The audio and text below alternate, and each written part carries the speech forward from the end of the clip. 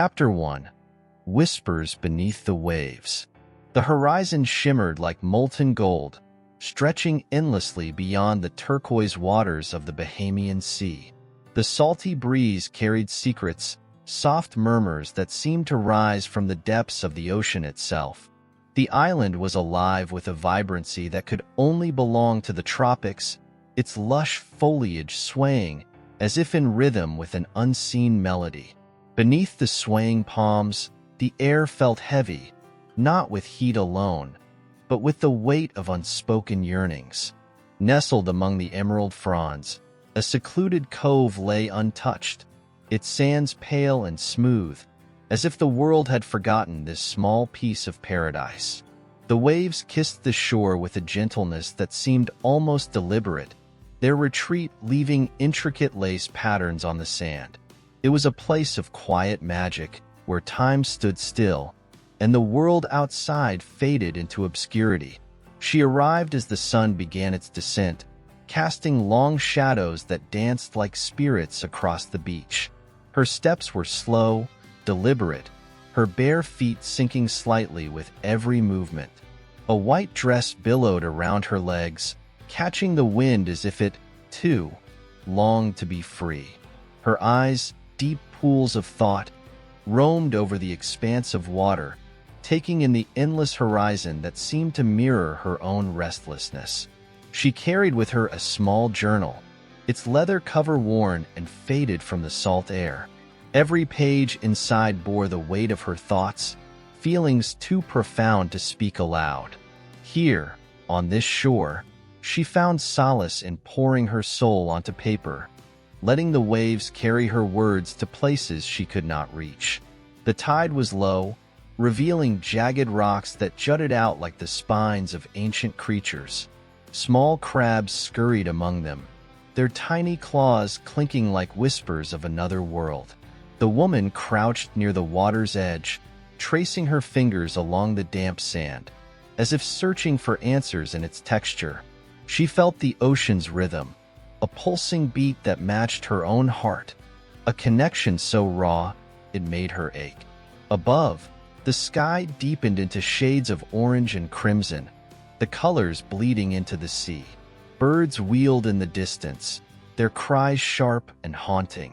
She closed her eyes and breathed deeply, letting the scent of salt and sun fill her lungs. For a fleeting moment, she felt as if the earth itself exhaled with her, a shared rhythm of existence. But she was not alone. A pair of footprints etched into the sand, far from the high tide line, trailed behind her like a silent shadow. They were faint now, worn by time, but they lingered, telling a story she wished to forget. The footprints were not her own. The wind picked up, teasing strands of her hair, carrying with it a sense of foreboding. The ocean seemed to darken, its whispers growing louder, more insistent. She looked back, her gaze tracing the length of the beach, but it remained empty, serene in its beauty. Still, the weight of those lingering impressions in the sand clung to her, as if the past refused to let her go. The sun dipped lower, the sky transforming into a canvas of violet and indigo. Shadows stretched further, their fingers creeping toward the water as if seeking to merge with the depths. She stood once more, the journal pressed against her chest, and walked toward the shoreline. The waves lapped at her toes, cool and inviting, and she allowed herself a moment of surrender to their touch. Somewhere in the distance, a faint chime echoed, delicate as glass. It was fleeting, almost imperceptible, but it stirred something within her, a memory she couldn't quite place. She turned toward the sound, her breath caught in her throat, but the source eluded her. As night fell, the stars emerged, scattered like diamonds across a velvet sky. The ocean reflected their brilliance, creating an illusion of endless light. And yet, beneath the beauty, a quiet unease lingered. The waves continued their eternal dance, their whispers growing softer, as if retreating into the folds of the night. In the solitude of that cove, she stood alone, and yet not entirely. For beneath the waves, something stirred, a presence ancient and eternal, bound to the rhythm of the sea. It watched her, unseen but ever present, as she lingered on the shore, caught between the past and the endless horizon ahead. Chapter 2. When the sun held its breath. The morning light crept over the island like a slow caress, filling every shadow with hues of gold and rose. The ocean gleamed, its surface smooth as polished glass, catching the first rays of the sun in a dazzling display. The world felt suspended, as if caught in the delicate moment between dreaming and waking. The air was still, holding its breath, waiting for something unseen to stir it back to life. She emerged from the small villa tucked behind a grove of coconut palms, its whitewashed walls softened by the creeping embrace of flowering vines. The villa was quaint, the kind of place designed to shelter wandering souls. Its wooden shutters creaked open to the day, revealing a scene that seemed untouched by time. In her hands, she carried a simple woven basket filled with remnants of the morning, a slice of bread, a small jar of honey, and a single white flower plucked from the garden. She walked toward the beach, her movements unhurried, as though the day itself stretched endlessly before her. The sand was cool beneath her feet, each step leaving a perfect imprint that the tide would later claim. The beach looked different in the daylight, its mysteries softened by the sun. The jagged rocks now seemed like playful sculptures, their rough edges gilded by the light. Tiny pools of water collected in their crevices, alive with darting fish and drifting strands of seaweed. The ocean itself was a brilliant turquoise, inviting yet vast, a mirror of the sky above. She found a familiar spot beneath a cluster of leaning palms, their fronds rustling softly in the gentle breeze. Here, she placed the basket at her side and sank into the sand, letting her fingers sift through its fine grains. The texture was warm and comforting, grounding her in the present even as her thoughts wandered elsewhere. The journal lay unopened in her lap, its leather cover catching the sun's glow. She traced its edges absently, her mind replaying fragments of dreams she could not fully remember. Images of distant faces, blurred and fleeting, lingered on the edges of her consciousness, like whispers carried by the wind. The day unfolded slowly, the sun climbing higher into the sky, its warmth spreading across the landscape. She watched as seabirds soared above, their wings slicing through the air with effortless grace. They called to one another in sharp, staccato cries, their voices mingling with the rhythmic murmur of the waves. It was in these quiet moments that the island seemed most alive. A hermit crab scuttled across the sand, dragging its borrowed shell with determination. A school of fish darted close to the shore, their silver scales flashing like coins in the sunlight. Even the breeze, soft and tentative, carried with it the faint scent of salt and blooming flowers. But beneath the surface of this tranquility lay a tension she could not shake. It was not a tangible thing. There were no shadows lurking, no sudden movements to jar her peace. Yet the sensation was there, like a thread pulled too tight, vibrating with an unseen force. She glanced toward the horizon, where the sea met the sky in an unbroken line. It seemed so still, so unchanging, and yet she felt the weight of its vastness pressing against her chest. As the sun reached its zenith, the heat grew heavy, the air thick with the scent of the sea. She stood and began to walk along the shoreline, her bare feet skimming the water's edge. Each wave reached for her as if in greeting, its cool touch a brief respite from the growing warmth. The hem of her dress darkened as it soaked in the salt water, the fabric clinging to her legs. Her gaze fell to the sand, where shells of every shape and color were scattered like treasures.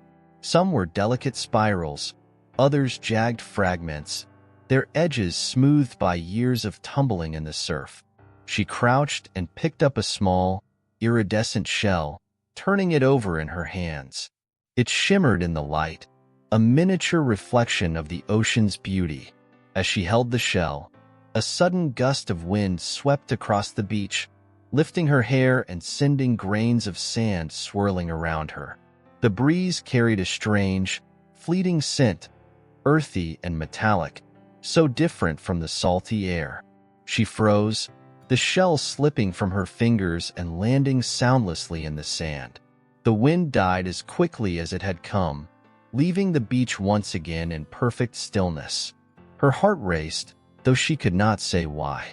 She turned slowly, her eyes scanning the beach for something, anything, that could explain the sudden shift. The palms swayed gently, their fronds whispering secrets she could not decipher. The ocean remained placid, its surface unbroken save for the gentle lapping of waves. And then she saw it. Farther down the beach, almost hidden among the rocks, lay a single object that did not belong. It glinted faintly in the sunlight, its edges sharp and unnatural against the soft curves of the shore. She hesitated, her breath catching as her feet carried her toward it, the sand shifting beneath her weight. The object was small, no larger than her palm, and made of weathered metal that bore the marks of time. It was a locket, its once polished surface dulled and etched with fine lines. She picked it up, her fingers trembling as they brushed against the cool metal. The locket felt heavier than it should, as if it carried the weight of the memories locked inside. Her thumb pressed against its clasp, but it would not open. She turned it over, her eyes catching faint inscriptions worn nearly smooth by years in the sea. The symbols were unfamiliar, their meaning lost to time. The waves lapped at her ankles, as if urging her to let it go, to return it to the depths. But she could not. Something about the locket called to her, its silent song echoing in the quiet spaces of her mind. The sun hung high overhead, its brilliance washing over the island. And yet, as she stood there clutching the locket, the world seemed to dim, the air thickening with an invisible weight. The ocean whispered again, louder now, its voice rising from the depths to fill her ears. She turned back toward the villa, the locket held tightly in her hand. The beach seemed longer now, the journey back stretching endlessly before her. And as she walked, the sun paused in its arc, holding its breath, as if the day itself awaited what was to come.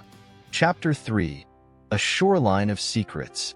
The morning breeze had shifted, no longer playful but carrying with it an eerie stillness. The locket, now nestled in her palm, seemed to grow heavier with each passing moment, its surface cool against her skin despite the sun's persistent heat. The rhythmic crash of the waves was no longer a comfort. Instead, it sounded like a warning, a relentless drumbeat urging her to pay attention. She sat under the shade of the villa's porch, her eyes fixed on the small, enigmatic object. The locket was tarnished, its metal dulled and speckled with corrosion from its years spent in the sea. Yet, it seemed to hum with a quiet energy, as though it were alive in its own way. She turned it over, her fingers tracing the faint inscriptions etched into its surface. They were indecipherable, a language long forgotten, or perhaps never meant to be understood. Beyond the porch, the island was bathed in golden light.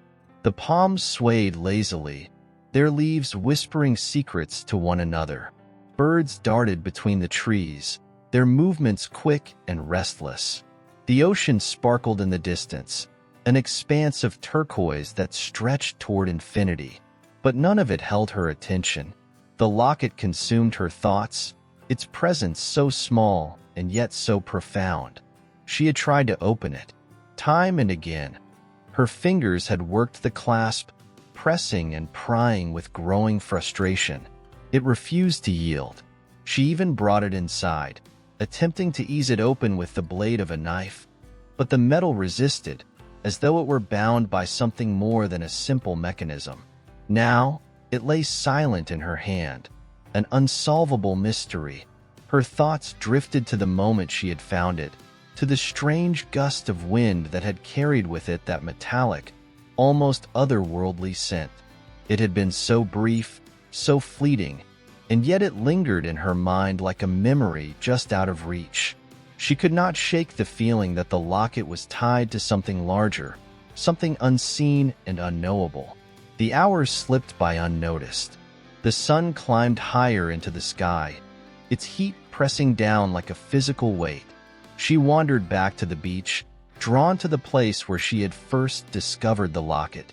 The sand was warm beneath her feet, and the ocean breeze tugged at the hem of her dress, but the beauty of the day did little to calm her restless mind.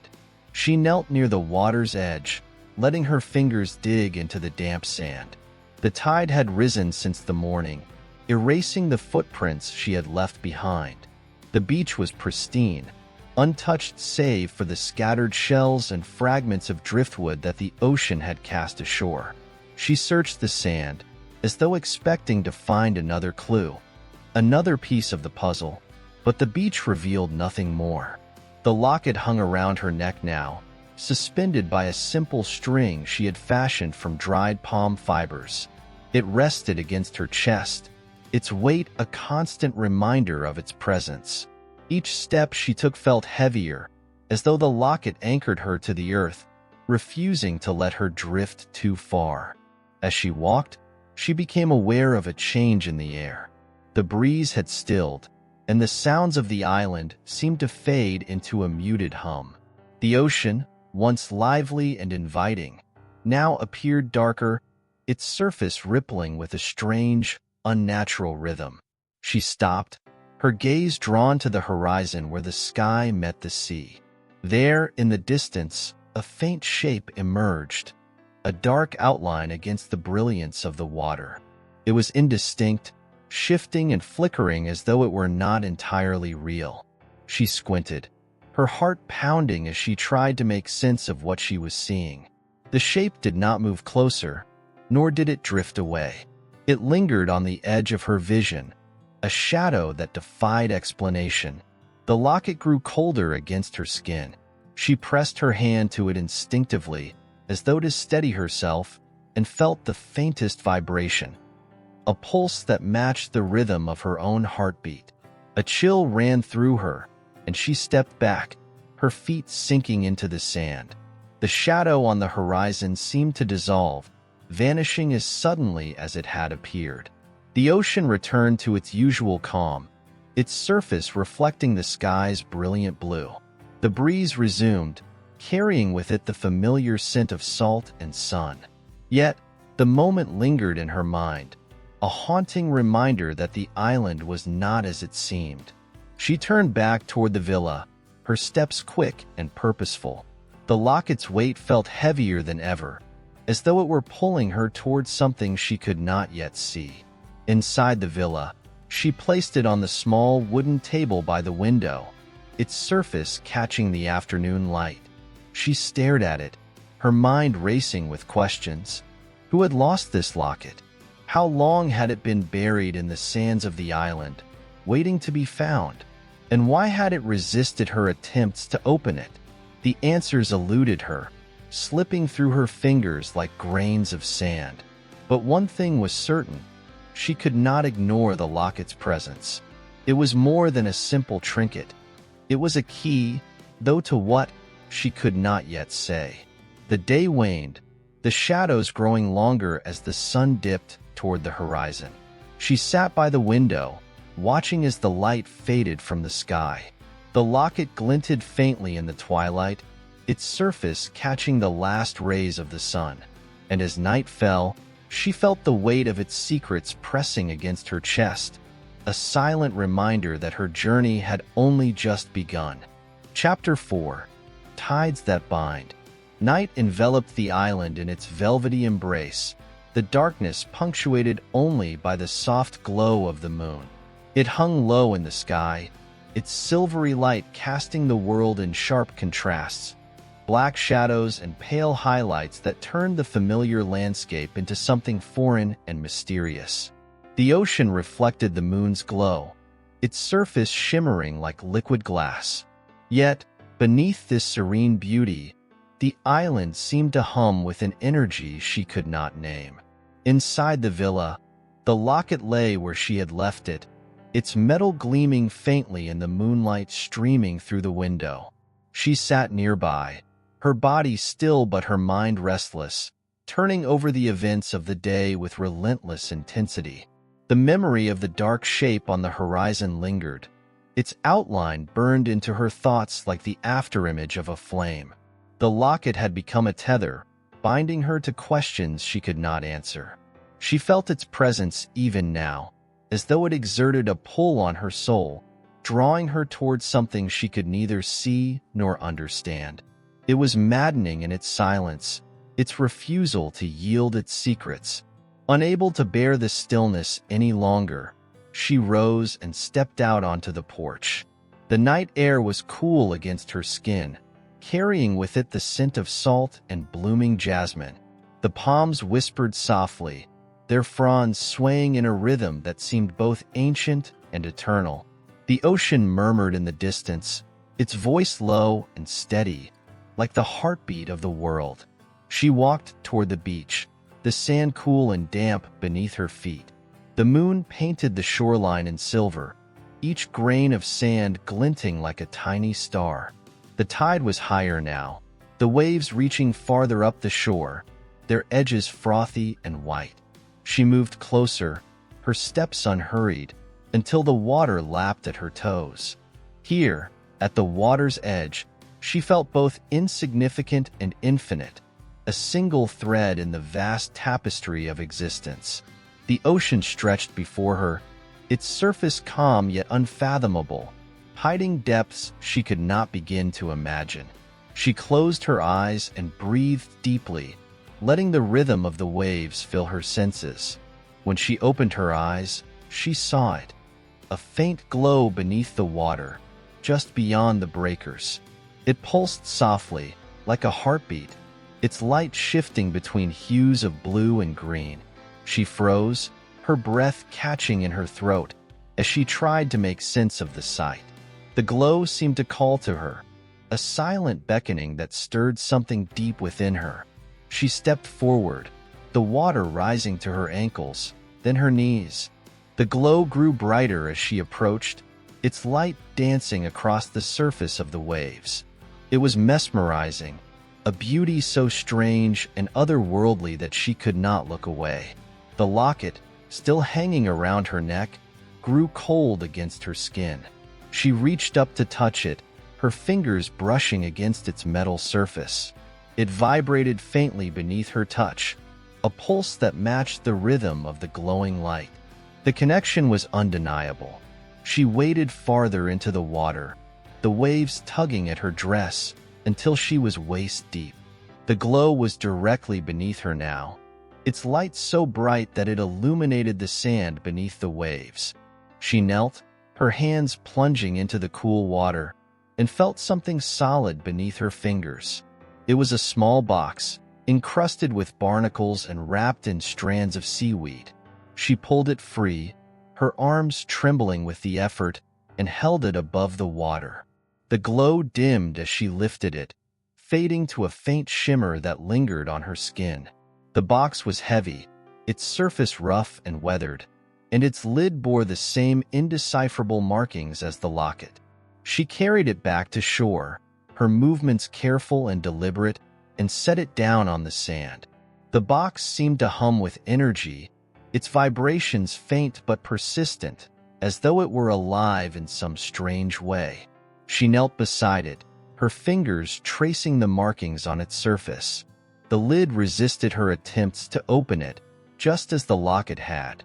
It was sealed tight, bound by some force she could not understand. She pressed her palms against it, her frustration mounting, but it would not budge. The tide began to rise, the waves creeping closer to where she knelt. The box remained steadfast, its weight anchoring it to the sand. She felt a pang of helplessness, a deep frustration that gnawed at her resolve. But beneath that frustration was something else, a sense of inevitability, as though she were merely a piece in a larger puzzle, her role already written. The moon climbed higher in the sky, its light casting long shadows across the beach. The ocean's voice grew louder, its waves crashing against the shore with increasing force. She stood, the box and the locket weighing heavy on her thoughts, and made her way back to the villa. Inside, she placed the box on the table beside the locket. The two objects seemed to belong together, their markings aligned in a way that suggested a connection. She stared at them, her mind racing with questions that had no answers. As the night wore on, she lay awake, the weight of the locket and the box pressing against her chest like a physical burden. The ocean's whispers filled her ears, a lullaby of mysteries yet to be unraveled. And as she drifted into a restless sleep, she dreamed of tides that bound her to something ancient and unseen, their currents pulling her toward a destiny she could not escape. Chapter 5. The Language of Lanterns. The morning broke with a sky painted in delicate hues of lavender and gold. The light crept across the villa's walls, casting soft shadows that danced with the sway of the palms outside. The air was cool, heavy with the scent of sea salt and the faint sweetness of blooming hibiscus. But inside the villa, the atmosphere was anything but serene. The box sat on the small table, its presence dominating the space with an unseen force. Its rough, barnacle-encrusted surface glinted faintly in the morning light, the mysterious markings etched into it more visible now. Beside it lay the locket, its chain coiled like a serpent, its metallic surface catching glimmers of sunlight. Together, they seemed to hum with a quiet energy, a vibration that resonated faintly through the stillness. She sat cross-legged on the floor, her eyes fixed on the box as if sheer willpower could compel it to open. The events of the previous night had left her restless, her dreams tangled with images of glowing tides and shadowy depths. Now, in the clarity of daylight, the weight of the box and the locket felt even more profound, their presence an enigma she could not ignore. The markings on the box seemed familiar now, their shapes echoing those on the locket. She reached out, tracing the lines with her fingertips, feeling the grooves and ridges beneath her touch. They were intricate, almost too deliberate, as though they were meant to convey something important. But what? She tried again to pry it open, her fingers straining against the edges of the lid. It did not budge. Frustrated, she grabbed a small knife from the kitchen and attempted to wedge it into the seam. But the blade slipped, the sharp edge glancing off the metal with a dull scrape. She let out a breath, her shoulders sagging with defeat. Turning to the locket, she picked it up and held it in her palm. Its weight felt heavier than before, though she knew that was impossible. She brought it closer to the box, watching for any reaction. For a moment, nothing happened. Then, as the locket's surface brushed against the box, a faint glow flickered along the markings. Her breath caught as the glow spread, tracing the intricate lines like liquid light. The box began to vibrate, a low hum emanating from within its depths. She pulled her hand back instinctively, but her eyes remained fixed on the strange display. The light grew brighter, pulsating like a heartbeat, until it suddenly stopped. The hum faded, and the glow vanished, leaving the box as inert as before. She stared at it, her mind racing. The connection between the locket and the box was undeniable now, but the nature of that connection eluded her. It was as if the two objects were part of a larger mechanism, one that required something more to function. Determined not to let her frustration consume her, she decided to take a break. She left the villa and walked toward the beach, the soft crunch of sand beneath her feet grounding her in the present. The ocean stretched before her, its surface calm and inviting, a stark contrast to the storm of questions swirling in her mind. The tide was low, revealing a landscape of exposed rocks and tidal pools teeming with life. She wandered among them, her eyes scanning the sand for anything unusual. Her fingers brushed against the smooth curve of a shell, its surface polished to a glossy sheen by the waves. She slipped it into her pocket, a small token of the island's mysteries. As she walked, her thoughts returned to the box and the locket. She tried to piece together their story, imagining the hands that might have crafted them, the journey that had brought them to this remote island. Were they remnants of some ancient civilization, relics of a forgotten world? Or were they something else entirely, something beyond her understanding? Her wandering led her to a small cove, its entrance hidden by a cluster of jagged rocks. The water here was shallow and crystal clear. The sand beneath it rippled with delicate patterns left by the tide. She knelt by the edge, her reflection wavering in the gentle current, and let her hands dip into the cool water. It was there, in the stillness of the cove, that she felt it again. The strange pull she had experienced the night before. It was faint at first, like a whisper in the back of her mind, but it grew stronger with each passing moment. She closed her eyes, letting herself sink into the sensation, and felt a connection she could not explain. The pull seemed to come from beneath the water, drawing her attention to a dark patch near the center of the cove. She waded in, the cool water rising to her knees, and moved toward the shadow. Her heart raced as she reached the spot, her fingers brushing against something solid beneath the sand. She knelt and began to dig, her hands scooping away the soft sediment until a shape began to emerge. It was another object, smaller than the box but bearing the same weathered markings. She pulled it free and held it up to the light. It was a fragment of something larger, its edges jagged and uneven, as though it had been broken long ago. The fragment pulsed faintly in her hands, its surface warm to the touch. She turned it over, studying the markings that adorned it. They were similar to those on the box and the locket, but not identical. An extension of the same language, perhaps, or a piece of a larger puzzle. She carried it back to the villa, her mind racing with the implications of her discovery. Inside, she placed it beside the box and the locket, the three objects forming a strange tableau on the table. They seemed to belong together, their markings aligning in a way that suggested a shared purpose. The air in the villa grew heavy, the weight of the three objects pressing down like a tangible force. She stared at them, her breath shallow, and felt the pull of something vast and unseen. The ocean's whispers echoed in her ears, a haunting melody that seemed to grow louder with each passing moment. And as the sun dipped below the horizon, casting the island in shadow, she knew that her journey into the unknown was only beginning. Chapter 6: Driftwood Hearts. The night unfurled like a velvet curtain, its darkness absolute, save for the faint shimmer of starlight scattered across the sky. The moon had yet to rise, leaving the island cloaked in shadow. Inside the villa, the air was thick, the silence heavy and profound. The locket, the box, and the newly found fragment sat together on the table, their strange energy transforming the room into something that felt otherworldly. She stood at the window, her silhouette framed by the faint glow of distant waves.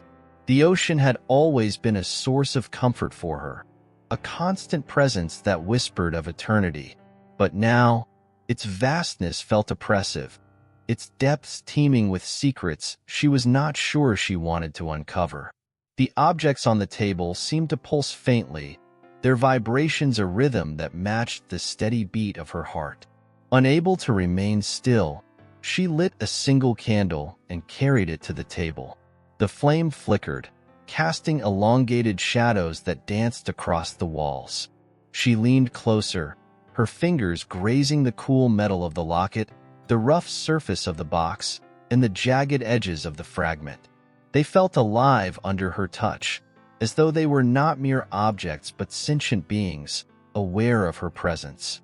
The markings on the fragment seemed clearer now in the flickering candlelight. They formed intricate patterns, a language that spoke of something ancient and unknowable. She ran her fingers over them, her mind straining to make sense of the symbols. They seemed to whisper to her, their meaning just out of reach, like a dream slipping through her fingers upon waking. The locket suddenly grew warm against her skin, its heat startling in its intensity. She gasped, her hand flying to her chest, and felt it vibrating faintly. The box and fragment echoed its resonance, their surfaces glowing faintly with a light that pulsed like a heartbeat. The energy in the room grew stronger, filling the air with a low hum that seemed to emanate from the very walls. Then, as quickly as it had begun, the glow faded. The locket cooled, the hum subsided, and the room fell silent once more. But the sensation lingered, a tingling in her fingertips, a heaviness in her chest. She could not ignore the message, though its meaning remained elusive. The villa seemed to exhale, its walls settling into the stillness of the night. She extinguished the candle and stepped outside, the cool night air a welcome balm against her restless thoughts. The stars above seemed brighter now, their light piercing the darkness like tiny beacons. The ocean whispered in the distance, its voice low and mournful. Drawn by an unseen force, she made her way to the beach. The sand was cool beneath her feet, the grains slipping between her toes like tiny shards of glass. The tide was low, revealing the intricate patterns left behind by the receding water. She moved with purpose, her steps guided by an instinct she could not explain.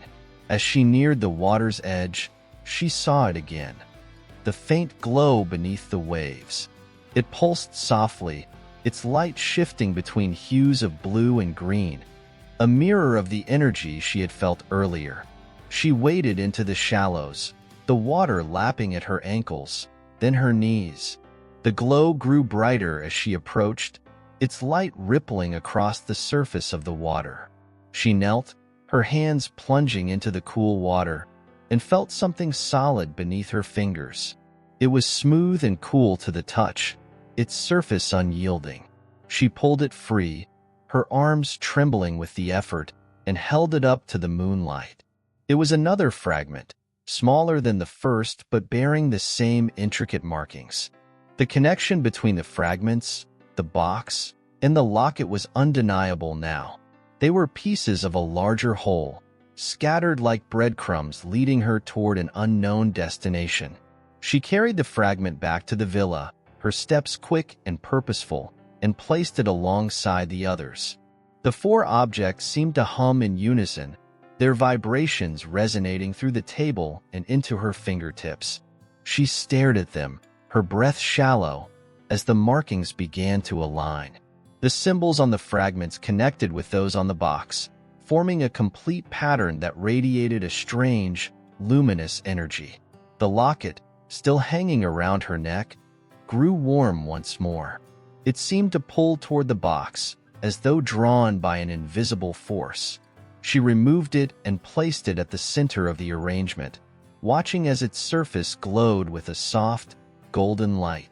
The air in the villa grew heavy, charged with an energy that made the hairs on her arms stand on end. The objects seemed to pulse in time with her heartbeat, their vibrations filling the room with a low, resonant hum. She felt a pressure building, a force that pressed against her chest and made it difficult to breathe. Then, without warning, the light flared. The glow from the locket and fragments grew blinding, filling the room with a brilliance that erased all shadows. She shielded her eyes, her heart pounding as the energy reached its peak. And then, as suddenly as it had begun, it was gone. The room fell silent, the objects inert once more. But something had changed. The markings on the box were now fully illuminated, their patterns shifting and rearranging to form a new configuration. It was a map, or perhaps a guide, a series of lines and symbols that seemed to point towards something beyond the villa, beyond the island. Her heart raced as she realized the significance of what she was seeing. The objects were not just artifacts of the past. They were keys to a mystery that spanned time and space. The map was the next step in her journey, a path that would lead her deeper into the unknown. The ocean's whispers grew louder, their voice carrying a note of urgency. The island seemed to hold its breath, as though waiting for her to act. She stood, her resolve firm, and stepped outside once more. The map burned into her mind. The night was alive with possibilities, the stars above shining like 1,000 watchful eyes. She knew that the path ahead would be fraught with danger and uncertainty, but she could not turn back now. The tide was rising, its waves crashing against the shore with a relentless force, as though urging her forward. And as she stood at the water's edge, the locket warm against her chest, she felt the pull of the currents beneath the surface, guiding her toward a destiny she could not escape. Chapter 7: Painted Skies, Hidden Sighs. The dawn arrived slowly, as if hesitant to disturb the quiet stillness that hung over the island. Pale ribbons of light stretched across the horizon, illuminating the waves with a delicate shimmer. The air was heavy with the scent of salt and earth, and the ocean murmured its eternal song, punctuated by the occasional cry of distant seabirds. She awoke in the villa, the morning light filtering through the slats of the shutters and painting her surroundings in soft gold. The objects on the table sat undisturbed, their markings now fully illuminated. The map etched into the box's surface remained vivid in her mind, its patterns and symbols calling to her with an almost hypnotic pull. Her steps were slow as she approached the table, her bare feet silent against the cool tile floor. She studied the objects with fresh eyes, their mysterious energy now quiet, yet still palpable. The locket, resting at the center of the arrangement, seemed to catch the light in an unnatural way, its surface glinting like liquid gold. The map was incomplete, its lines suggesting paths that extended far beyond the edges of the box. It hinted at a destination submerged in mystery, somewhere deep within the island's terrain, or perhaps beneath the waves themselves. The thought sent a shiver down her spine, a mixture of excitement and trepidation coursing through her. Her gaze drifted to the window, where the ocean stretched out endlessly, its surface calm and inviting. The villa seemed to exhale in rhythm with the tides, its wooden beams creaking faintly as if alive. She could not ignore the pull any longer. The map was a calling, and the island itself seemed to whisper its agreement, urging her to follow its secrets. She packed a small bag with essentials, a bottle of water, a flashlight, a notebook, and the locket. The fragments in the box were too cumbersome to carry, so she committed the map's intricate details to memory, tracing its lines in her mind until they became as familiar as her own reflection. Stepping outside, she was greeted by the warmth of the morning sun and the cool caress of a gentle breeze. The island was alive with sounds, the rustle of palm fronds, the distant hum of insects, and the soft lapping of waves against the shore. It felt as though the world itself was holding its breath, waiting for her to take the first step. The path the map suggested was not obvious, its lines vague and abstract, but she had studied it long enough to discern certain landmarks: the curve of the coastline, the placement of a jagged rock, the outline of a dense grove of trees. She started toward the beach, her steps sure despite the uncertainty of her destination. The sand was warm beneath her feet, and the tide had receded, revealing a series of rock formations jutting out like the spines of some ancient creature. She followed the shoreline, her eyes scanning the landscape for the first marker indicated on the map. The air was heavy with anticipation, each step bringing her closer to the unknown. She reached the grove just as the sun climbed higher, its rays filtering through the dense canopy of leaves. The shadows here were deep, the air cool and damp. The trees seemed to close in around her, their gnarled roots twisting through the soil like veins. She pushed forward, guided by instinct and the memory of the map. The grove opened into a clearing, its center dominated by a massive stone monolith. The rock was weathered and ancient, its surface covered in the same intricate markings as the fragments and the box. She approached it cautiously, her heart pounding in her chest. The symbols seemed to pulse faintly as she drew near, their edges glowing with an ethereal light. She placed her hand on the stone, its surface cool and rough beneath her palm. A vibration hummed through her fingers, traveling up her arm and settling in her chest. It was the same energy she had felt in the villa, but here it was stronger, more concentrated. The monolith seemed to resonate with her presence, as though it recognized her. The locket grew warm against her skin, its chain pressing into her neck with an insistent force. She removed it and held it up to the monolith, watching as its glow intensified. The light spread, illuminating the symbols on the stone and tracing lines that formed a new map, one that extended beyond the edges of the original, pointing toward a place far deeper within the island. The clearing seemed to shift around her, the air growing thick and heavy. She felt a pull stronger than before, a force that compelled her to move forward.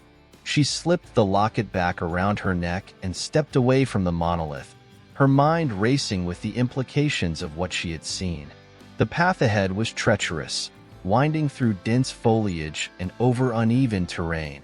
She climbed over fallen logs and skirted around pools of stagnant water, her movements careful and deliberate. The sounds of the forest grew louder, the calls of unseen creatures echoing through the trees. She finally emerged from the forest onto a rocky plateau, the ground beneath her feet rough and uneven. The view took her breath away. A sprawling vista of the island stretched out before her, its coastline curving like a serpent. The ocean sparkled in the distance, its surface alive with light. At the center of the plateau stood another stone structure, smaller than the monolith but no less imposing. It was a pedestal of sorts, its top carved with a circular indentation that mirrored the shape of the locket. Her breath caught as she realized its purpose. She approached the pedestal and removed the locket, its warmth comforting in her hand. Placing it into the indentation, she stepped back and waited. The ground trembled faintly, and a soft glow emanated from the pedestal, spreading outward in rippling waves. The air grew still, the island holding its breath once more. Then, with a sudden burst of light, the pedestal revealed a hidden compartment, its interior containing another fragment. She reached for it, her hands trembling, and held it up to the light. The markings on the new fragment connected seamlessly with those of the others, forming a pattern that was beginning to take shape. The pieces were coming together, their story unfolding one fragment at a time. As the light faded and the island seemed to exhale, she felt a deep sense of purpose settle over her. The journey was far from over, but she was closer now to understanding the truth. The island's whispers grew louder, their song weaving through her mind like threads of fate, pulling her ever deeper into its mysteries. Chapter 8: The Edge of the Horizon. The day wore on, the sun's golden arcs tilting lower in the sky, as she returned to the villa with the newly acquired fragment cradled in her hands. Each piece she gathered felt heavier, as though the weight of the island's secrets was transferring itself to her. The light breeze that danced across the shoreline brought with it a whisper of the unknown, a song she could not decipher but one that resonated in her bones. The villa welcomed her like a silent witness, its walls steeped in the stillness of the past. She placed the fragment on the table alongside the others. The four pieces glimmered faintly in the waning light, their markings now forming a more intricate and coherent design. The map etched into the box's surface remained the central guide, but the additional fragments seemed to expand its reach, their interconnected lines revealing pathways hidden before. She stared at the glowing pattern for what felt like hours, her mind turning over the possibilities. The locket, resting on the table's edge, pulsed faintly, as though alive with its own intent. The objects were leading her deeper into the island's veins, unraveling a mystery that seemed to pulse with a heartbeat of its own. The markings on the fragments, when viewed together, hinted at the existence of another location. This one farther inland, tucked away in the island's rocky terrain. It was a place she had never ventured to before, its outline veiled in the dense jungles that blanketed the heart of the land. Her pulse quickened at the thought. Gathering her supplies once more, she prepared for the journey. The fragments and locket remained on the table, their silent energy enough to guide her memory. The villa seemed to watch her as she left, its shutters creaking faintly in the breeze, a sound that echoed like a faint warning. The path inland was unlike the smooth sands of the shore. Here, the earth was uneven, the ground littered with roots that twisted and curled like serpents. The jungle was alive with sound, a cacophony of chirping insects, rustling leaves, and the occasional call of unseen creatures. The air grew heavier as she moved deeper, the canopy above filtering the sunlight into fractured beams that dappled the ground in shifting patterns. Her steps were cautious but determined. The map in her mind had etched itself deeply into her memory, guiding her toward a series of landmarks. A leaning palm, a crescent-shaped rock, a shallow stream that glinted like liquid silver. Each marker appeared in turn, as though the island was aligning itself with her movements, coaxing her onward. The stream was the first to hint at something extraordinary. Its waters ran unnaturally clear, their surface rippling with faint glimmers of light. As she crouched to examine it, she noticed tiny fragments of metal shimmering beneath the current. They bore the same markings as the artifact she had found, their presence here both thrilling and disconcerting. She dipped her fingers into the cool water, retrieving one of the fragments. It was no larger than a pebble, its surface etched with symbols that felt familiar yet inscrutable. The fragment seemed to vibrate faintly in her hand, as though reacting to her touch. She placed it in her bag, its weight a reminder of the journey's growing complexity. Following the stream, she came to a clearing dominated by a massive banyan tree. Its roots spread outward like an intricate web, intertwining with the earth in a way that seemed both organic and deliberate. At its base lay a hollow, dark and yawning, its edges marked with the same glowing symbols that adorned the fragments. The hollow beckoned her, its shadows alive with possibility. She hesitated for only a moment before stepping inside, her flashlight cutting through the darkness. The air here was cool and damp, the scent of moss and earth filling her lungs. The walls of the hollow were smooth, their surfaces engraved with lines and patterns that pulsed faintly in the beam of her light. The passageway grew narrower as she moved deeper, the walls pressing closer until she had to turn sideways to navigate the space.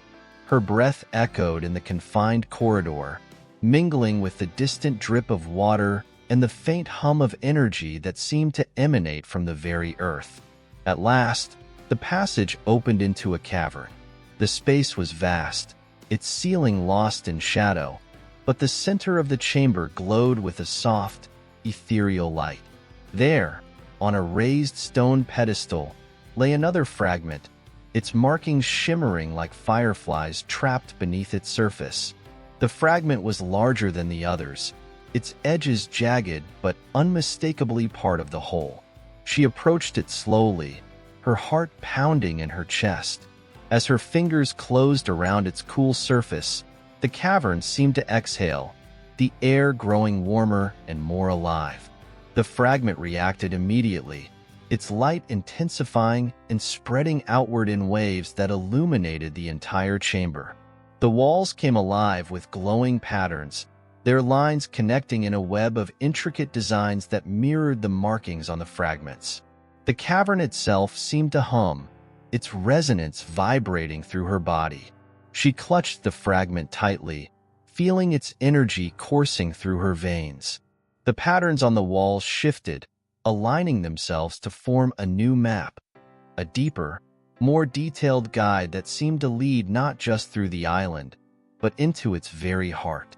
As the light began to fade, the hum subsided, leaving the cavern in silence once more. She turned back toward the passageway, the fragment cradled in her hands, and began the journey back to the villa. The path seemed shorter on the return, the landmarks appearing with an uncanny immediacy, as though the island itself was guiding her steps. The jungle sounds softened, the rustling leaves and chirping insects blending into a harmonious background. When she finally emerged onto the beach, the sun was setting, its fiery hues casting long shadows across the sand.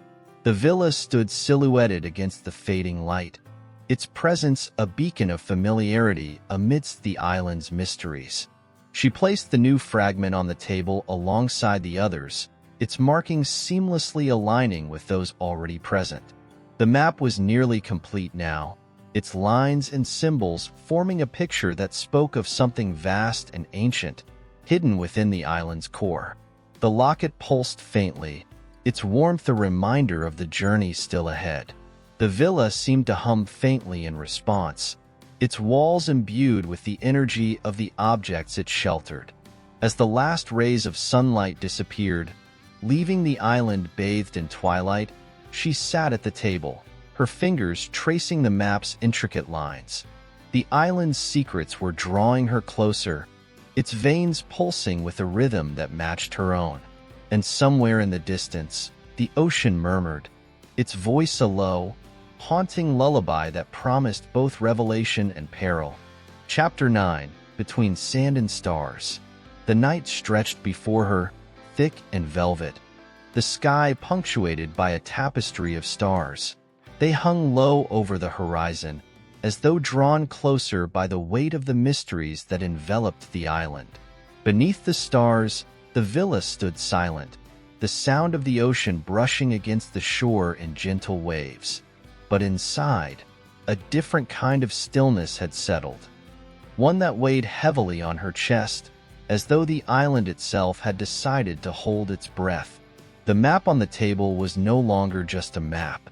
It was a pathway, a guide to something she could not yet fully comprehend. The fragments, once scattered and disjointed, now lay together, their symbols glowing faintly, their edges sharp and angular, as though ready to reveal their truth. The locket had stopped pulsing, but its warmth lingered in the air around her, a quiet reminder of the force that had set this journey into motion. She could feel the change within herself, subtle but undeniable. Each piece of the puzzle she uncovered seemed to shift her very essence, like a melody that slowly begins to unravel, note by note. The island had become a part of her, its currents running through her veins, its mysteries embedded deep within her bones. The world beyond seemed distant, as though it no longer mattered. This place, this island, had become her only reality, and the truth it promised was just out of reach. She stood by the window, looking out over the sea, where the moon cast silver trails across the dark waters. The wind had picked up, a soft, almost imperceptible breeze that ruffled the leaves of the palms and whispered through the cracks in the walls. It was an invitation, one she could not refuse. The map had led her here, and now it was calling her forward once again, deeper into the heart of the island. The path was clearer now.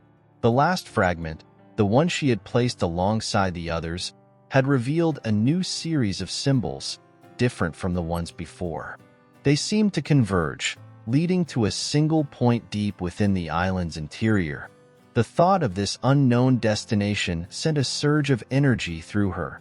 Curiosity, fear, excitement, all tangled into a single, restless thread that pulled her toward it. She took the map and placed it in her bag, along with the locket and the fragments. The night was still young, but she could not wait any longer. The time had come. The island was ready to reveal its heart, and she was determined to uncover it. Her footsteps were soundless as she left the villa, her heart beating in time with the rhythmic pulse of the island. The beach, usually so inviting in the daylight, now seemed distant and cold, a mere shadow of what it had been. She turned away from the shore, heading inland, toward the jungle that had become both her guide and her challenge. The air was thick with the scent of earth and wet foliage, the sounds of the jungle swirling around her like a symphony of hidden life. The path was narrow, overgrown with vines that twisted and curled like snakes, but she moved with purpose, following the map in her mind, allowing it to guide her through the dense undergrowth. Her senses heightened, every rustle of leaves, every distant snap of twigs felt like a whisper, a clue leading her forward. The deeper she ventured, the more the island seemed to envelop her, its presence suffocating in its intensity. The trees grew taller, their branches entwining above her like fingers woven together in a silent pact. The ground beneath her feet shifted, soft and uneven, as though the island itself were shifting, moving beneath her steps. Eventually, she came to a clearing. The trees parted like the gates of an ancient temple, and before her stood a cavernous opening in the rock, its mouth dark and foreboding, its edges jagged and weathered. It was the place the map had promised, the heart of the island, where the fragments had been leading her all along. She hesitated for only a moment, her breath catching in her throat as she looked into the blackness. The cavern seemed to pull at her, its shadow swallowing everything around it. The energy was palpable now, almost overwhelming in its force. She could feel the weight of the island's secrets pressing down on her, urging her forward. With a steadying breath, she stepped into the cavern. The air inside was cooler, the walls damp with moisture. She reached for the flashlight in her bag, its beam cutting through the darkness, revealing the uneven stone walls that surrounded her. The floor was slick with moss, and the scent of damp earth filled the air. The passage narrowed as she moved deeper, the walls closing in around her like a tunnel. Every step echoed in the silence, the sound magnified in the stillness. Her pulse quickened, the anticipation of what lay ahead stirring a whirlwind of emotions within her. The fragments in her bag pulsed gently, their energy radiating out in subtle waves, guiding her forward. The tunnel opened up once again, and she found herself in another chamber, larger, grander, and more mysterious than the last. At the center of the room stood a pedestal, its stone surface worn smooth by time. It was here that the final piece of the puzzle awaited her. The symbols on the walls of the cavern were more intricate now, weaving together in a complex pattern that seemed to shift and change as her flashlight passed over them. She approached the pedestal slowly, the weight of the moment pressing down on her chest. The fragment in her bag pulsed more strongly now, its warmth almost unbearable.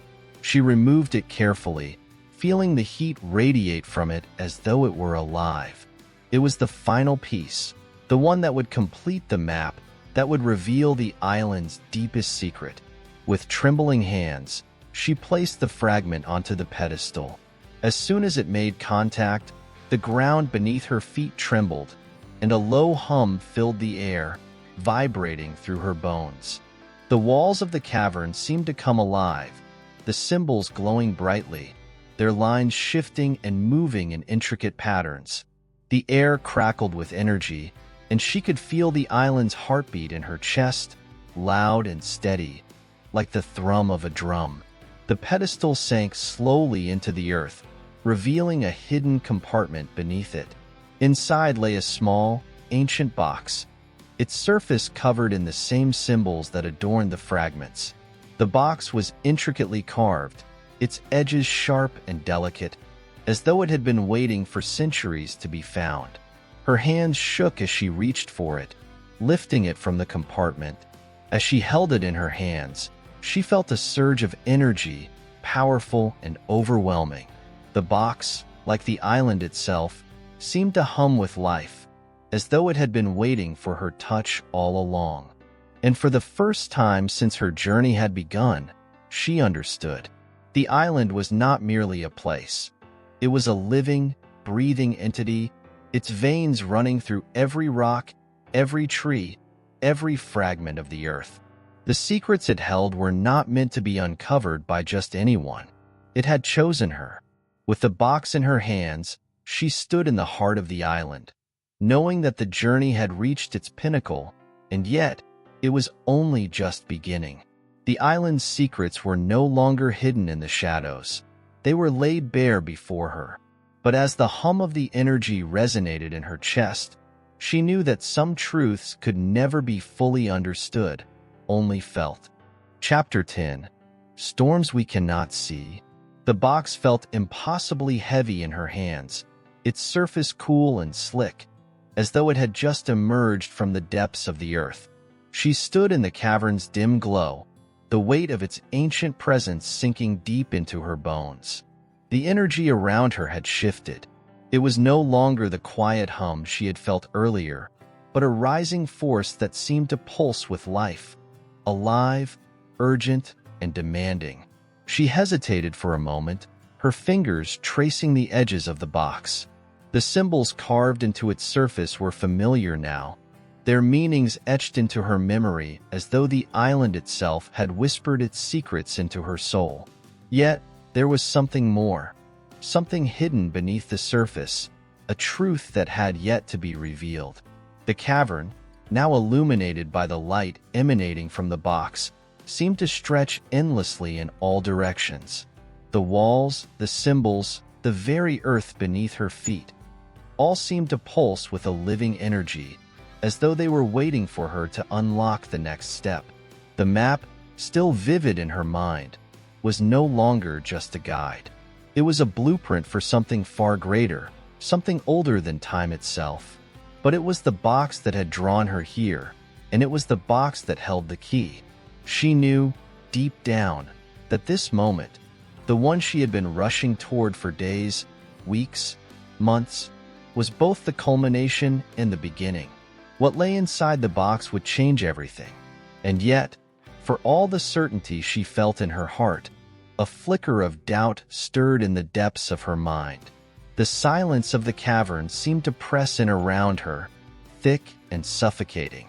She could feel the island's breath, slow and steady, as though it too was holding its own. The box, so small and delicate in her grasp, seemed to vibrate with power. She couldn't deny it any longer. She was no longer an observer of the island's mysteries. She had become a part of it. Slowly, almost reverently, she placed the box on the stone pedestal in front of her. It fit perfectly, as though it had been waiting for this moment. The light from within it flickered, casting shadows that danced across the cavern walls. The symbols on the box seemed to rearrange themselves, shifting like liquid, their meanings changing in the blink of an eye. Her breath caught in her throat as she carefully lifted the lid of the box. The air around her seemed to thicken, charged with an energy she could feel in every fiber of her being. Inside the box was a small, intricately carved object. It was unlike anything she had seen before. Neither a stone nor a jewel, but something in between. It gleamed with an inner light, its surface etched with more symbols, more lines, that seemed to form a language she couldn't quite understand.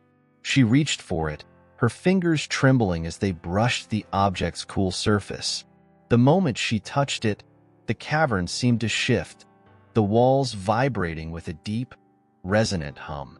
The air around her thickened, as though the very atmosphere had come alive.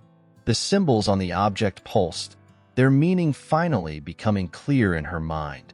It was a key to something hidden deep within the island, a key to the island's heart, and it was meant for her.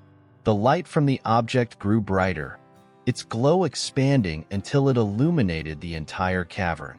The walls seemed to breathe with the rhythm of her pulse, and she felt an overwhelming pull to follow it, to place the object in the right spot, to unlock the final door that would reveal the island's deepest secret. But as the light intensified, so too did the weight of the truth. The island had been watching her, guiding her, drawing her in.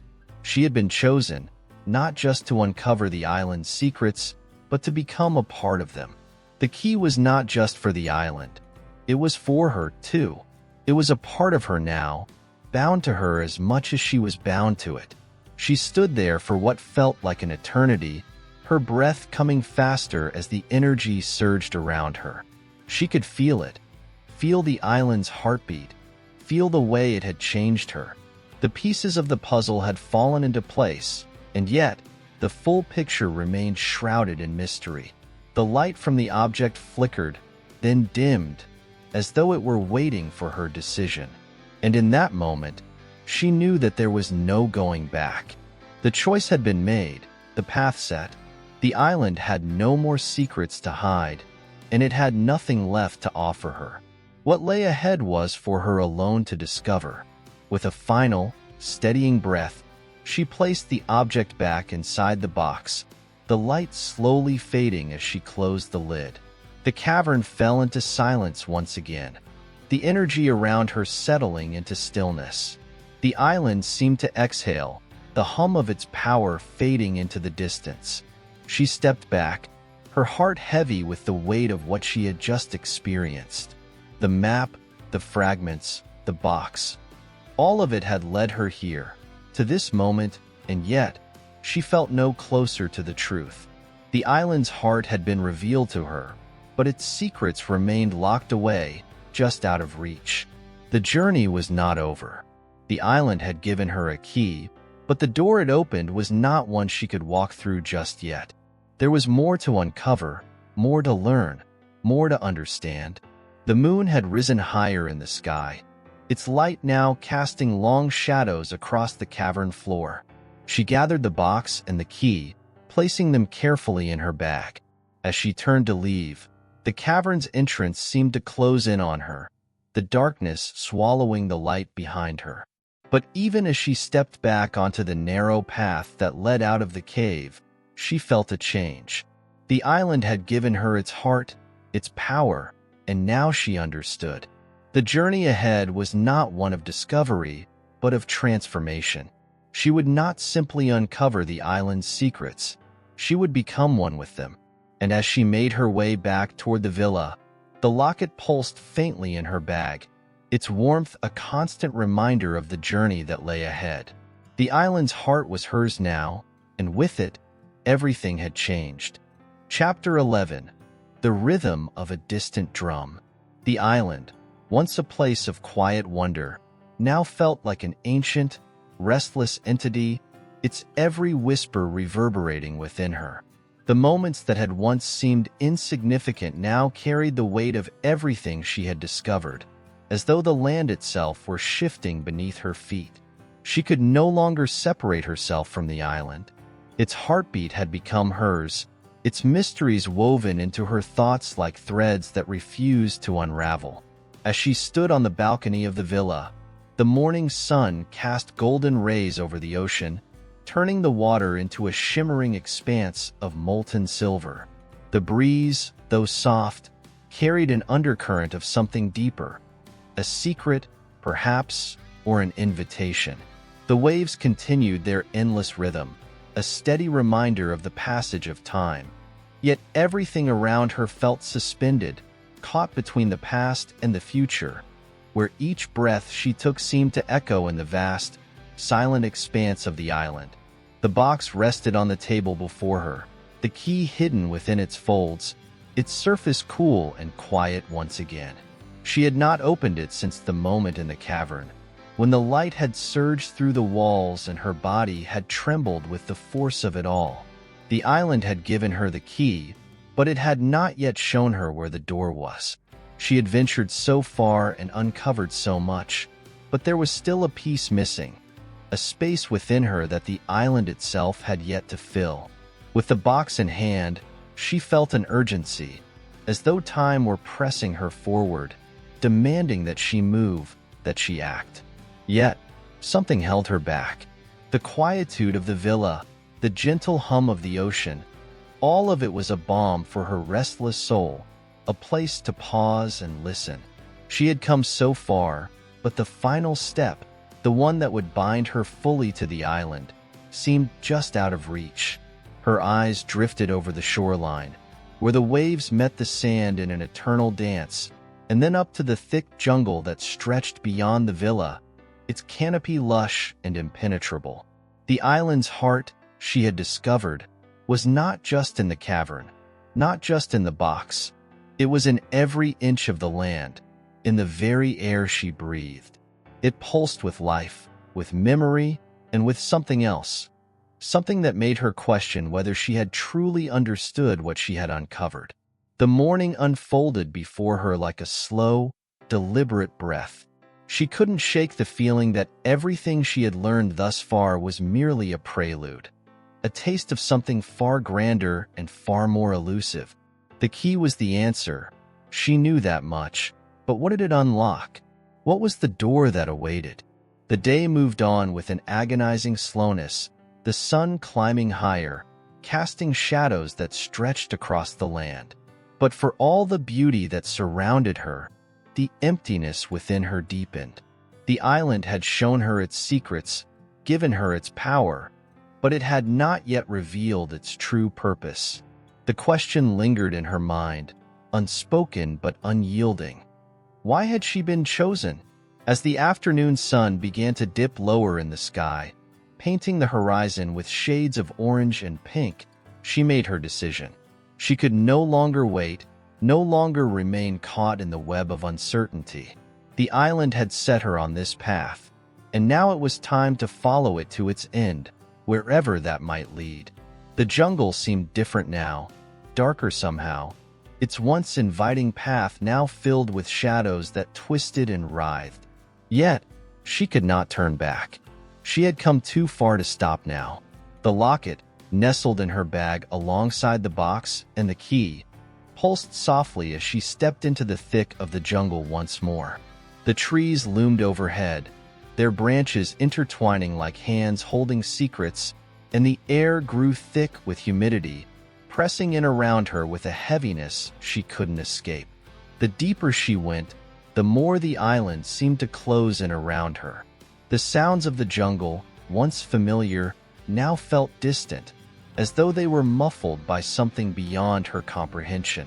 The map, no longer needed, had faded from her thoughts, its guidance supplanted by an instinct she didn't fully understand but knew she must follow.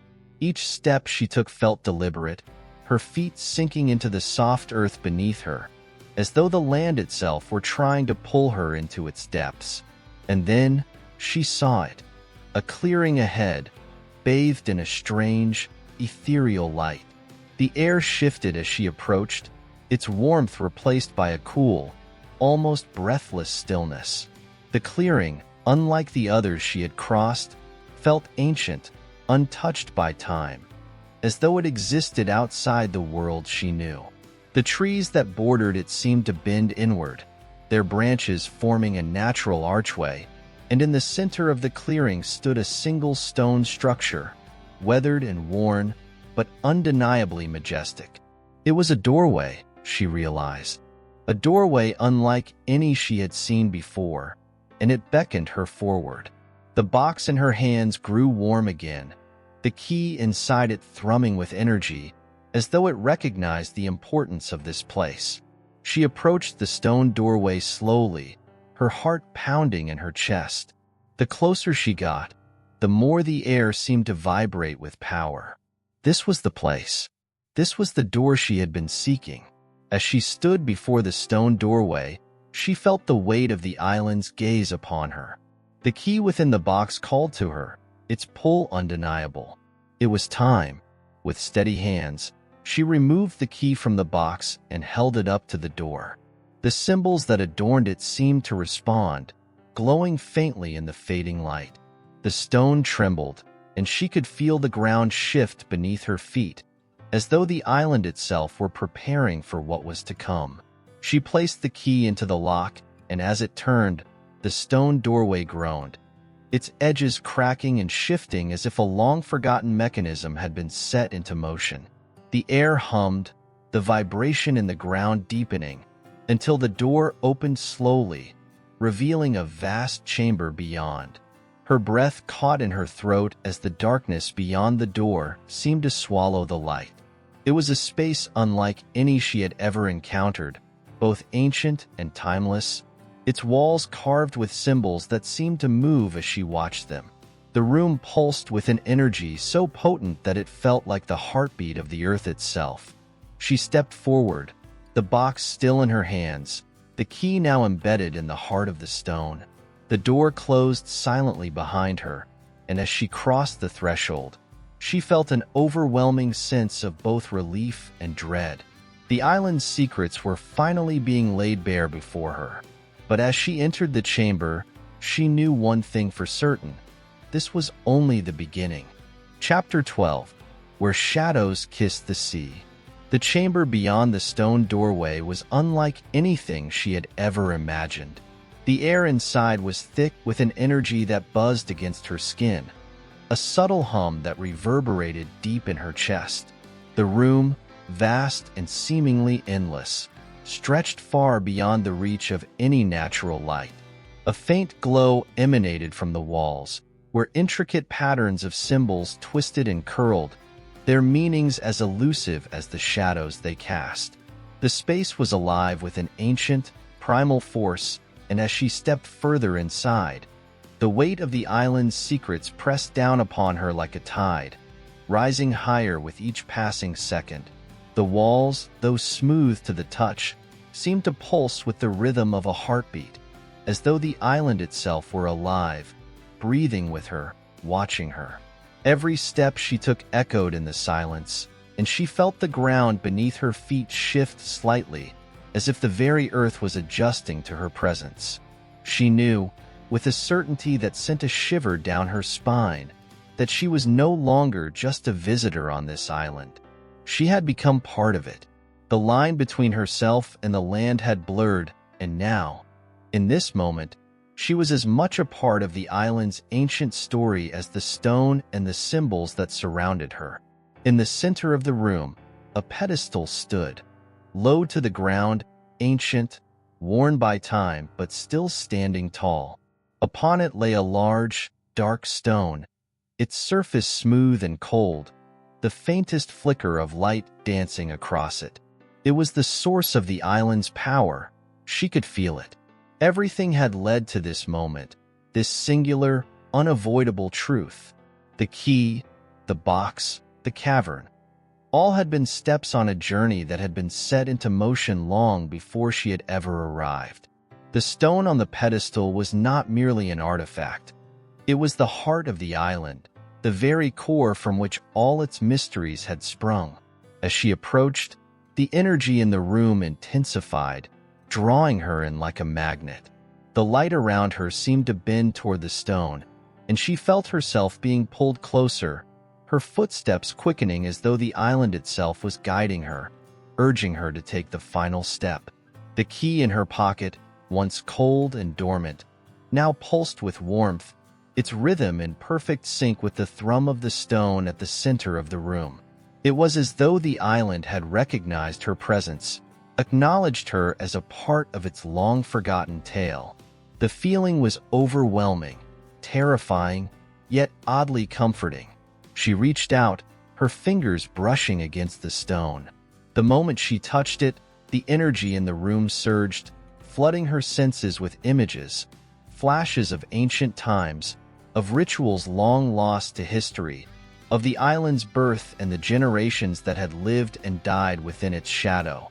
The visions came fast and furious, overwhelming her with their intensity. She saw people, faces she could not recognize, but their eyes, those eyes, stared back at her with an intimacy that made her heart race. She saw the island as it had been eons ago, untouched, pristine, alive with a different kind of life, one that no longer existed, not in the way it once had. She saw a man and a woman, standing together in the heart of the island, their faces lit by the glow of the stone. They were not of the island, but they had come to it, seeking something, the key to its power, perhaps, or something far more dangerous. The stone had given them what they desired, but at a price. The visions shifted, the air growing colder as the price of that desire became clear. The island had taken something from them, something they could never regain. It had taken their lives. The images faded as quickly as they had come, leaving her breathless and shaken. She had seen too much, things that she did not yet fully understand, but which had made her question everything she thought she knew. The island was not just a place. It was a living, breathing entity, and its heart was both a gift and a curse. She had been chosen to bear its power, but it was a power she was still learning to control, a power that had the potential to destroy as much as it could heal. The stone beneath her fingers seemed to thrum with energy, as though it were waiting for something, waiting for her to make the final choice. She had come this far, and yet, she felt that the most difficult part of the journey was still ahead. What did it want from her? What was the cost of this power? As the questions swirled in her mind, the pedestal began to shift. The stone that had once been still now moved, its surface sliding open like the petals of a flower. A soft, melodic sound filled the air, like a chime ringing out across the silence. The stone revealed a hidden compartment, and within it lay another object, one she had not seen before.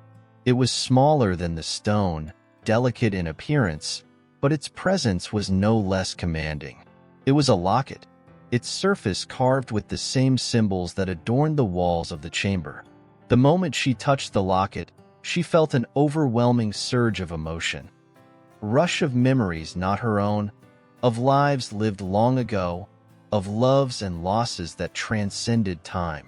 The island had not just chosen her to uncover its secrets, it had chosen her to carry its legacy.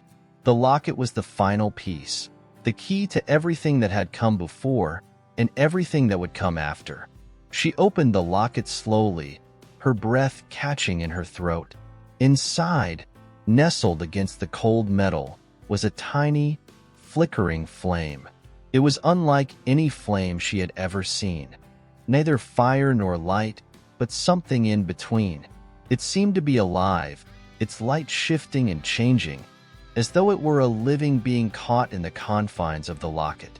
The flame danced in her palm, and with it, the island's heart beat again, louder this time, as though it were calling out to her.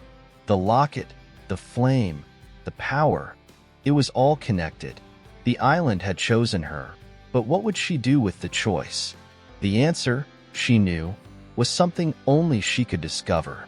The chamber fell silent once more, the vibrations of the stone fading into the distance. She stood there, the locket in her hand, staring at the flame that pulsed softly within it. The island had given her everything it had, its heart, its power, its secrets. Now, it was up to her to decide what to do with them. She could feel the weight of the island's gaze upon her, the weight of its past, its present, and its future. The path she had taken had led her here, but where it would lead next was unknown. The island's heart was hers to protect, to carry forward into whatever future awaited. As the light from the flame flickered in the darkness, she knew one thing for certain. This was not the end. It was only the beginning. Chapter 13. Anchored by a memory. The island had fallen quiet, as though it too were waiting for something. A sign, a shift, a moment of clarity that had not yet come. The locket remained in her hand, the flame inside it flickering softly, casting eerie shadows across the stone chamber. Every breath she took seemed to echo in the silence, her pulse quickening with the weight of the responsibility that now rested on her shoulders. The flame, tiny and fragile as it was, felt like the heart of the island itself, alive with power, yet uncertain, as if it too were waiting for something to happen. She had learned much in the brief moments since she had unlocked the chamber's heart, the island's heart, but the knowledge had come in flashes, like brief sparks of insight that disappeared before she could fully grasp them. She had seen the faces of those who had come before her, their eyes filled with longing and desperation, their fates sealed by the very power she now held. The island had taken from them, taken their lives, their memories, but it had given them something in return, something far more dangerous than they had ever anticipated. The flame was no mere symbol. It was alive, sentient even, and it had been waiting for her all along. She had come to the island not by accident, but by design.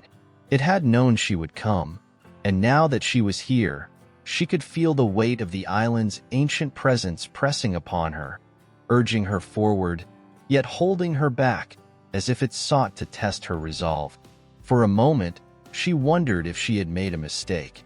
If opening the door, touching the stone, taking the flame had been the wrong choice.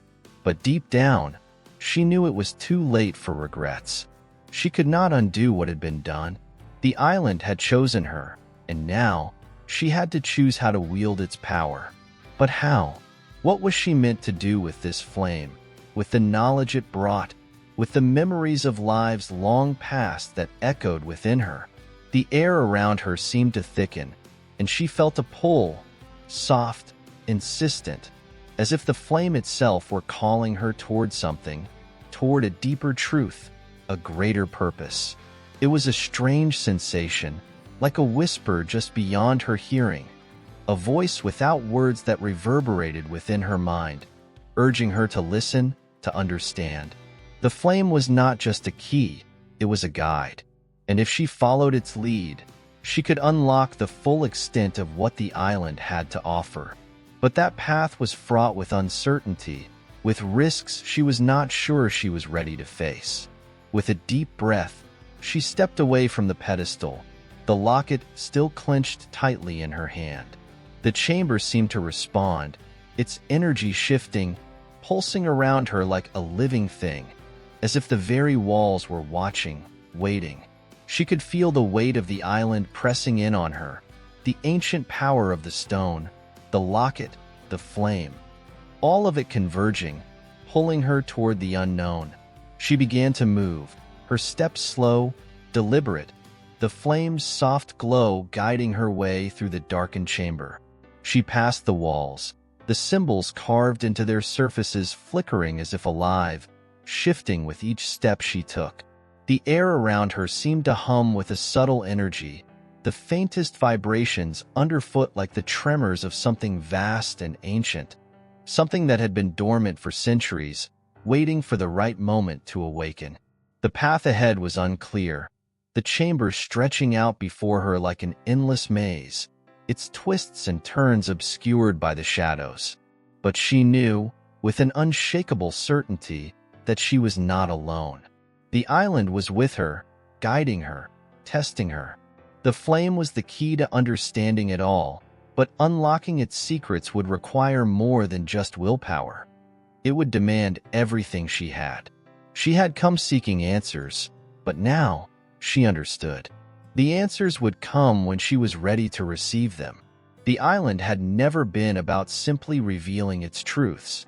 It had always been about the journey, about the choices she would make along the way.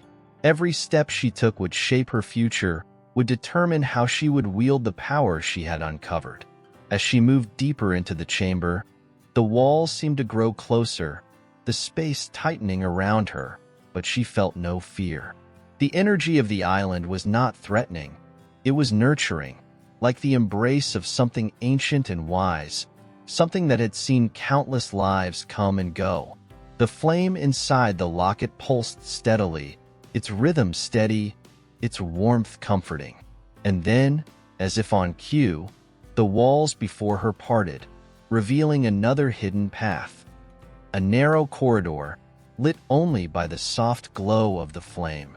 She hesitated for only a moment before stepping forward, her heart racing with anticipation. She knew that this path would lead her to something, the next step, the next choice.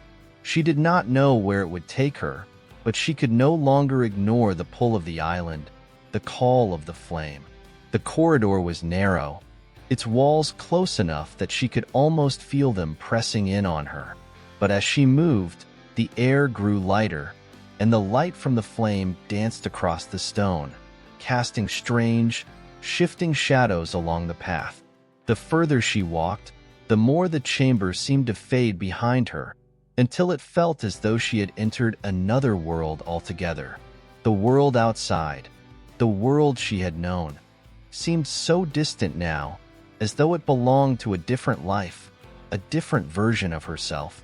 As she reached the end of the corridor, the path opened into a vast, circular chamber, unlike anything she had seen before.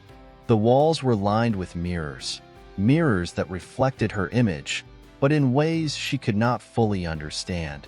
In each reflection, she saw not just her own face, but the faces of those who had come before her, their eyes filled with longing, with fear, with hope. They were not just memories, they were part of her now, part of the island's legacy, part of the journey she had undertaken. The flame in her hand flickered, its light casting strange reflections across the mirrors. It was as though the island itself had been preparing her for this moment, for this revelation. The flame was not just a symbol. It was a mirror of her own soul, a reflection of everything she had been, everything she was, and everything she would become. The island's energy was palpable now, surrounding her, enveloping her. She could feel its pulse in the very air, in the ground beneath her feet. The mirrors seemed to move, to shift, as though they were alive, their reflections twisting and changing with each breath she took. The truth was close, so close she could taste it, but it was still just out of reach, like a distant star that she could not grasp. She stepped forward, her heart racing with the intensity of the moment, the flame in her hand illuminating the path ahead. The island had given her everything, its heart, its power, its secrets. Now, it was up to her to decide what to do with them. With one final breath, she stepped into the center of the mirrors, the flame flickering in her palm, and as the light danced across the walls, she knew that the journey was far from over. In this moment, the island had revealed its final gift to her. The rest, she would have to discover for herself. Chapter 14. The Fragile Thread of Us. The mirrors, now silent and still, held her gaze as she stood at their center. The flame inside the locket burned brighter, casting long shadows that twisted like ethereal hands, reaching out to touch her. The chamber was suffused with an energy that was both ancient and alive, as though the very air she breathed carried the weight of centuries. She had crossed thresholds, both physical and spiritual, and yet, she could not shake the sense that she was only at the beginning of something far larger than herself. The island was alive with stories, untold, unfinished stories, and now they were hers to carry forward. The mirrors reflected a fractured image of her soul, a mosaic of moments she could not fully grasp. Each reflection was a different version of herself, not just one face, but many. The faces of those who had come before, their fates intertwined with the island, flickered like flames on the verge of going out. She had seen them, their longing, their mistakes, their hopes, and now, she saw herself as part of that history, not as an observer, but as one whose choices would shape the future. The air had grown thick with the island's presence, and she could feel its heartbeat pulsing beneath the ground, beneath the walls, beneath her very skin. The locket seemed to hum in her hand, its warmth spreading through her fingers as if it were no longer just an object, but an extension of her own body. She closed her eyes for a moment, allowing herself to feel the rhythm of the flame. It beat, slow and steady, just like the pulse of the island. But there was something more now, a subtle shift in the air, a feeling almost imperceptible, like the sound of distant thunder rolling across an empty sky. The island was not just a place of power, it was a place of transformation, and in this moment, she realized with startling clarity that the flame inside her locket was not just a key, but a bridge. A bridge between the past and the future, between the island's ancient secrets and her own unfolding destiny. She stepped away from the mirrors, her breath shallow as the gravity of what she had come to understand pressed down on her. There was no going back now. The locket, the flame, the island. It had all become a part of her, inextricably linked to her fate. She was no longer just a traveler passing through the island's history.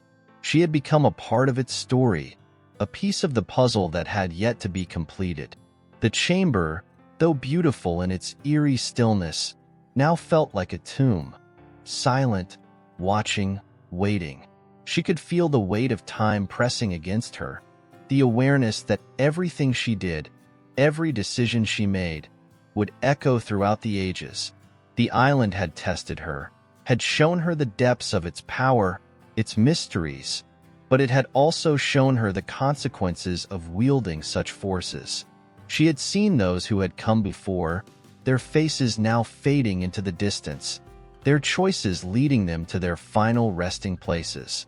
They had touched the heart of the island, and it had taken something from them, something vital, something irreplaceable. The locket, still warm in her hand, pulsed with a rhythm that matched her own. It was as though it could feel the weight of her thoughts, the uncertainty that gripped her heart. What was the cost of the power she had taken on? What price would she pay for the island's gifts? The answers were buried deep, hidden within the stone walls of the chamber, within the labyrinth of corridors and passages that lay beyond.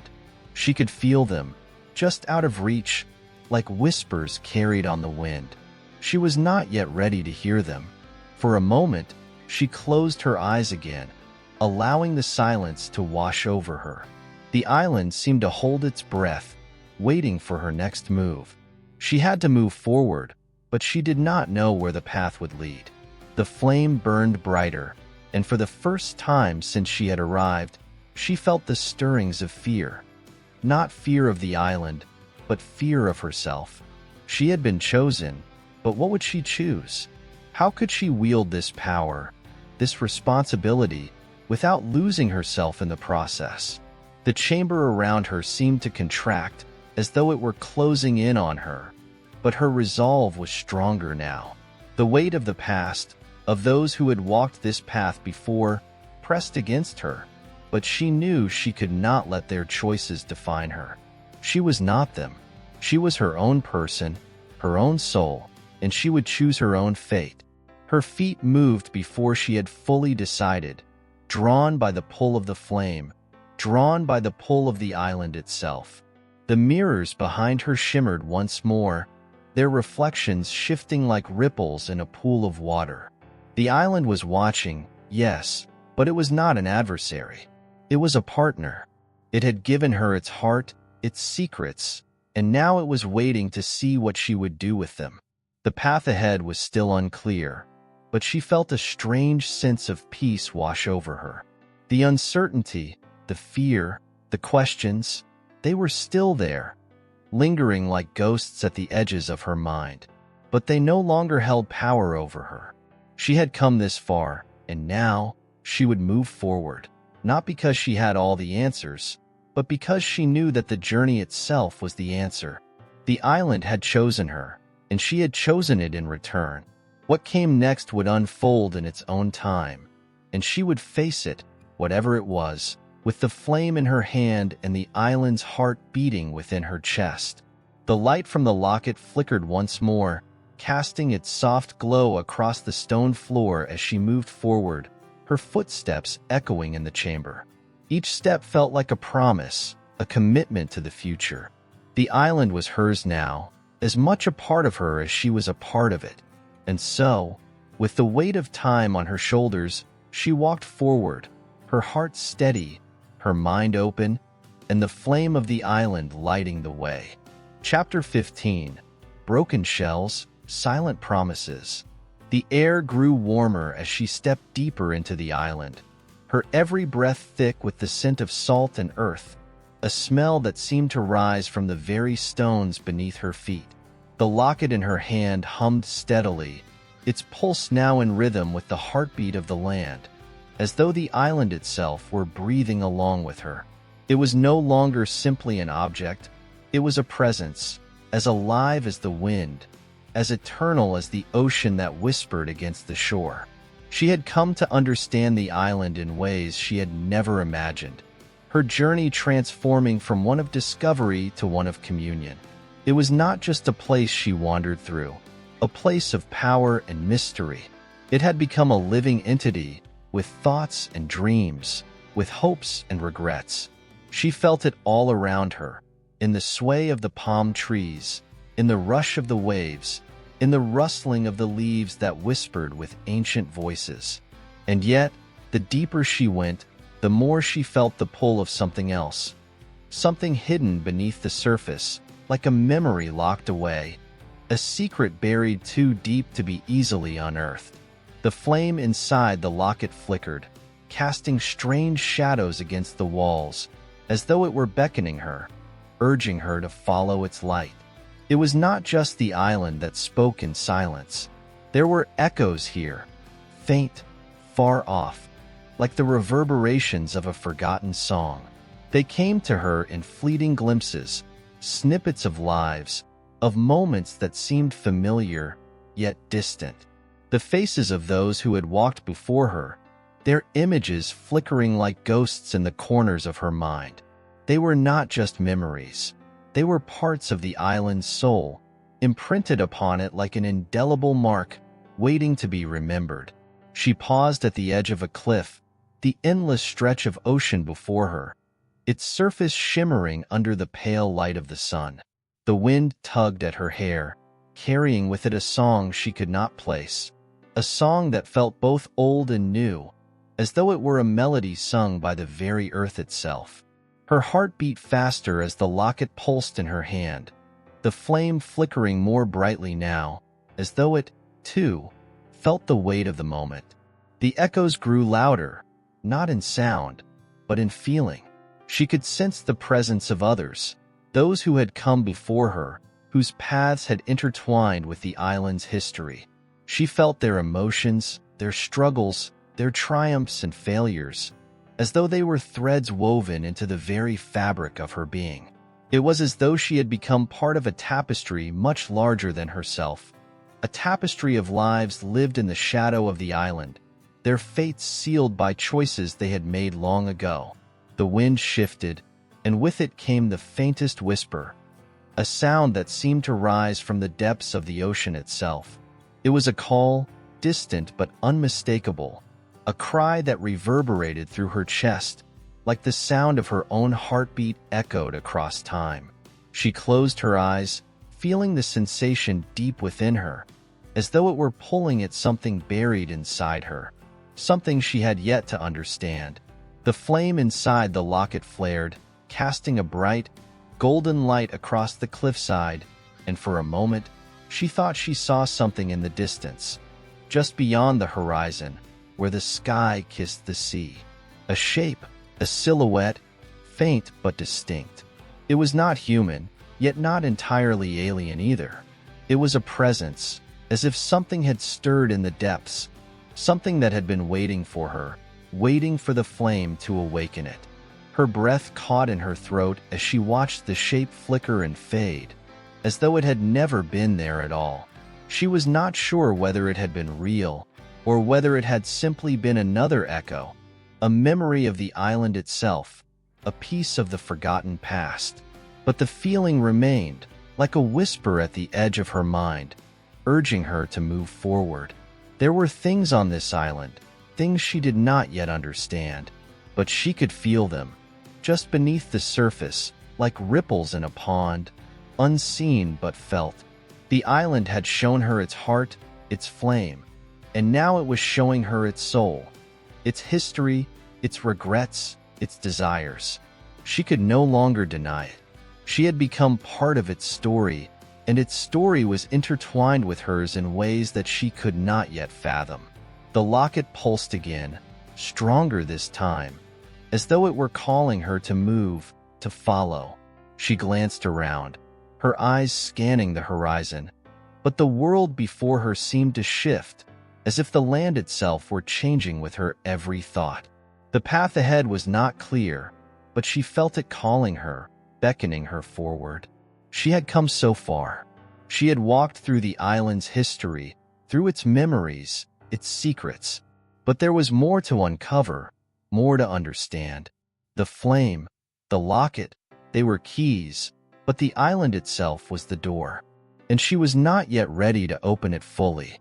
Her heart raced as she turned from the cliff, her feet moving of their own accord, driven by an instinct she could not explain. The echoes were growing louder now, their voices rising from the earth itself, calling her forward, guiding her toward something, toward the heart of the island, toward whatever it was that had been waiting for her all along. The path was no longer straight, no longer clear. It twisted and turned, like a river carving its way through the land. She followed it, the locket in her hand glowing brightly, a beacon in the growing darkness. The island seemed to shift around her, the air growing heavier, as if it were closing in, drawing her toward the center of it all. The echoes grew stronger, until they were not just whispers but voices, faint and distant, but still clear enough to be heard. They were not just the voices of those who had come before her. They were her own voices, her own thoughts, her own doubts and fears, mingling with those who had walked this path before her. The island had become a mirror, reflecting everything she had been, everything she was, everything she might yet become. And in that moment, she understood. She was not just a traveler on the island's journey.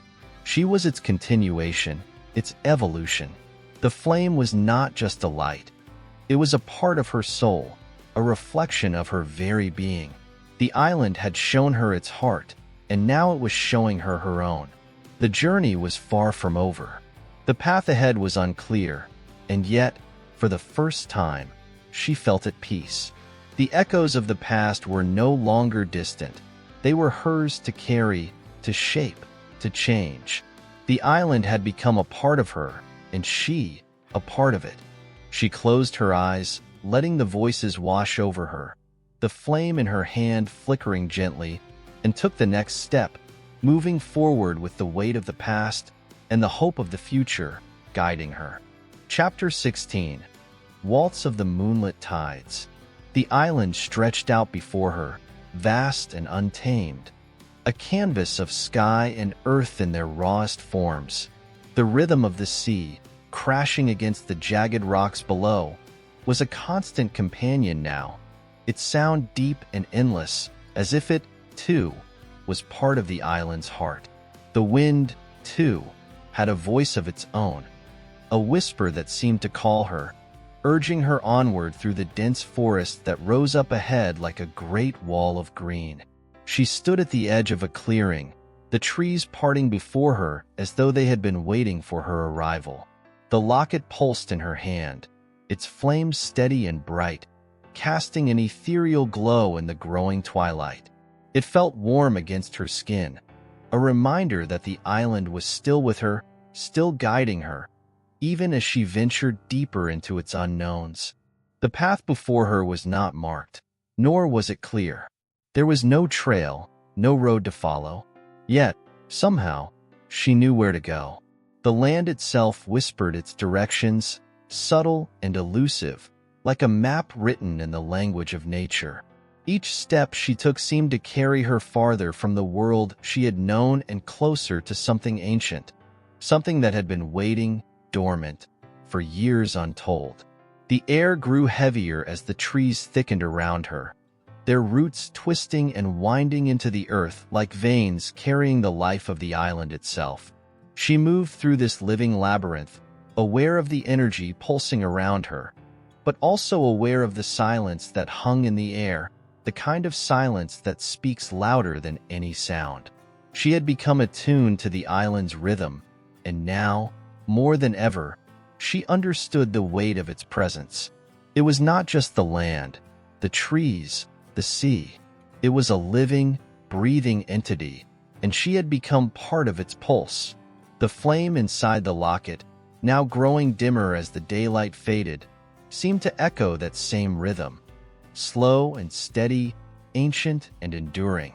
Her feet carried her onward, past the looming trees and into a place where the air was thick with the scent of moss and earth.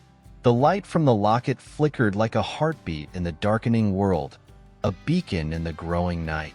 She reached a stream, its waters glistening under the faint light, its surface like polished glass, untouched by time. She knelt beside it, the reflection of the locket dancing on the water's surface like a flame caught in the current. She stared into the stream, and for a moment, the world around her seemed to vanish, leaving only the ripples of the water and the light of the locket. The stream, though peaceful, was not just a stream. It was another echo of the island, a river that had carved its way through the land for centuries, its waters holding secrets, secrets of those who had come before, secrets of the island itself. She reached her hand into the water, feeling the coolness as the current swirled around her fingers, and for a fleeting moment, she thought she saw something beneath the surface, something that moved with the current just out of reach. A shadow? A figure?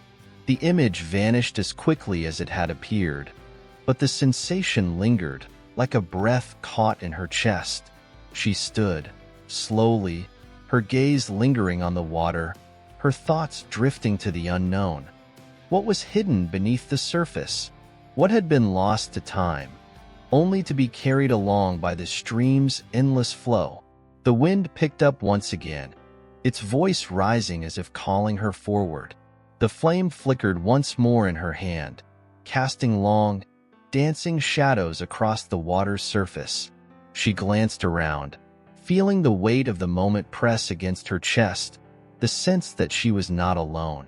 The island was speaking to her, not through words, but through its presence, its whispers, its secrets. It was a conversation that stretched beyond the limits of time, a conversation that could only be understood by those willing to listen, to feel.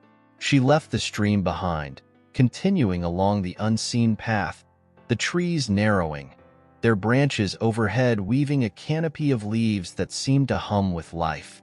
The deeper she went, the more she felt the change. It was subtle at first, just a shifting of the air, a quiet hum beneath her feet. But now, it was undeniable. The island had begun to reveal its true nature, its essence, and she could feel it coursing through her, mixing with her blood, entwining with her soul. It was not the land that had changed, it was her.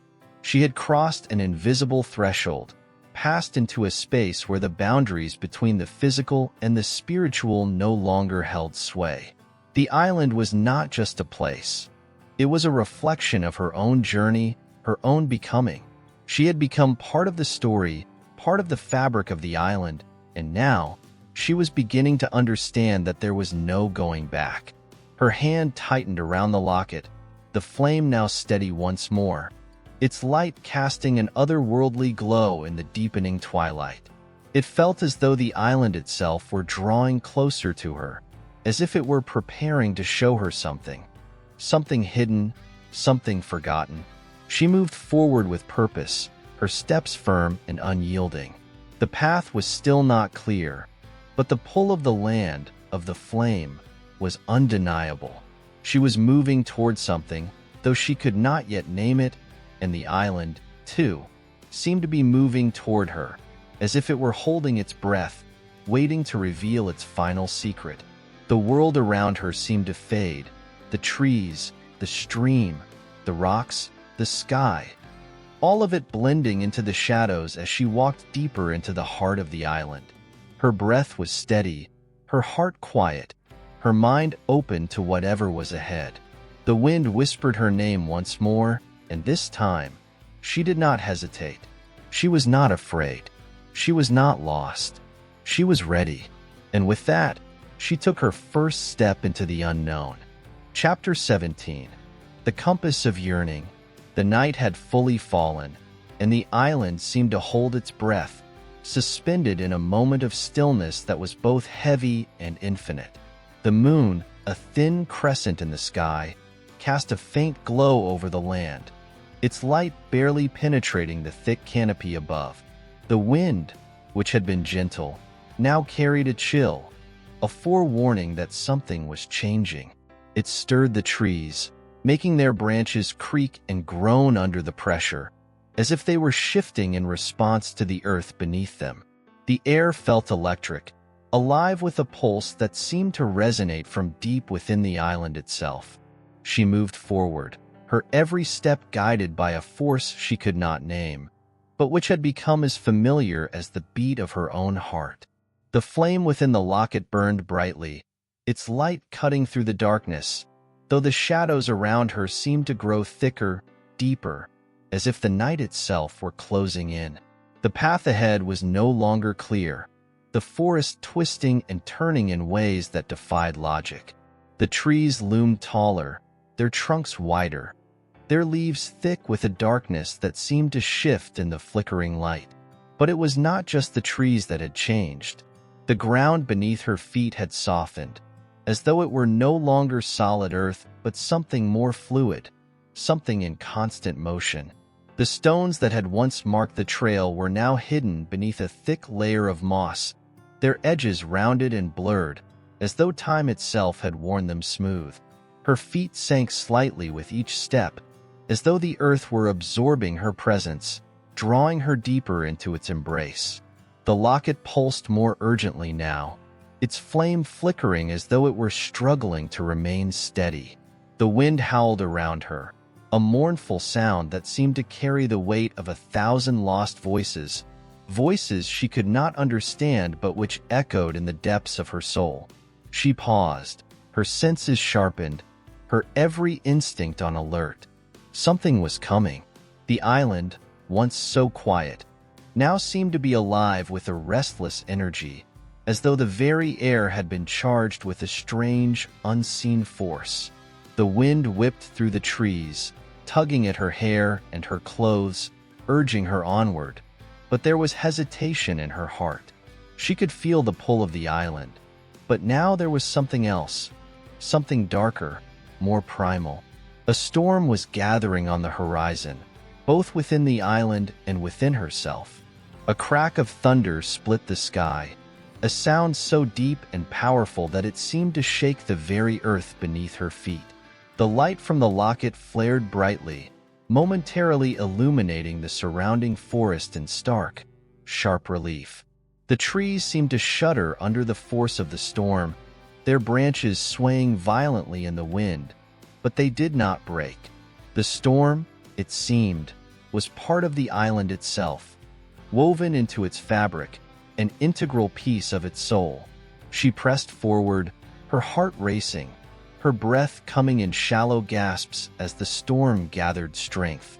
The rain began to fall, not in gentle droplets, but in sheets, heavy and relentless. The path before her disappeared beneath the torrent, the once soft ground now a muddied, slick expanse that threatened to swallow her whole with every step. But still, she moved on, her determination unwavering. The island was testing her. She could feel it in the force of the storm, in the relentless battering of the wind and rain. It was pushing her, challenging her to move beyond her limits. The flame in her hand flickered wildly, struggling to hold its ground against the onslaught of the storm. She tightened her grip on the locket, willing the flame to stay alight, willing the force within her to grow stronger in the face of the storm's fury. Each gust of wind felt like a hand reaching out to push her back, to turn her away, but she could not stop now. She could not turn back. The island had led her this far, and now it was time to see it through. In the midst of the storm's fury, she thought she saw something, a figure, just beyond the reach of the light. It was fleeting, a shadow moving with the wind, and then it was gone. But the vision stayed with her, a flicker in the corner of her mind, a whisper carried on the wind. Was it a person, or was it something else? She couldn't say, but the sensation of being watched, of being followed, lingered in the air like a heavy fog. The storm raged on, the wind howling in her ears, the rain stinging against her skin.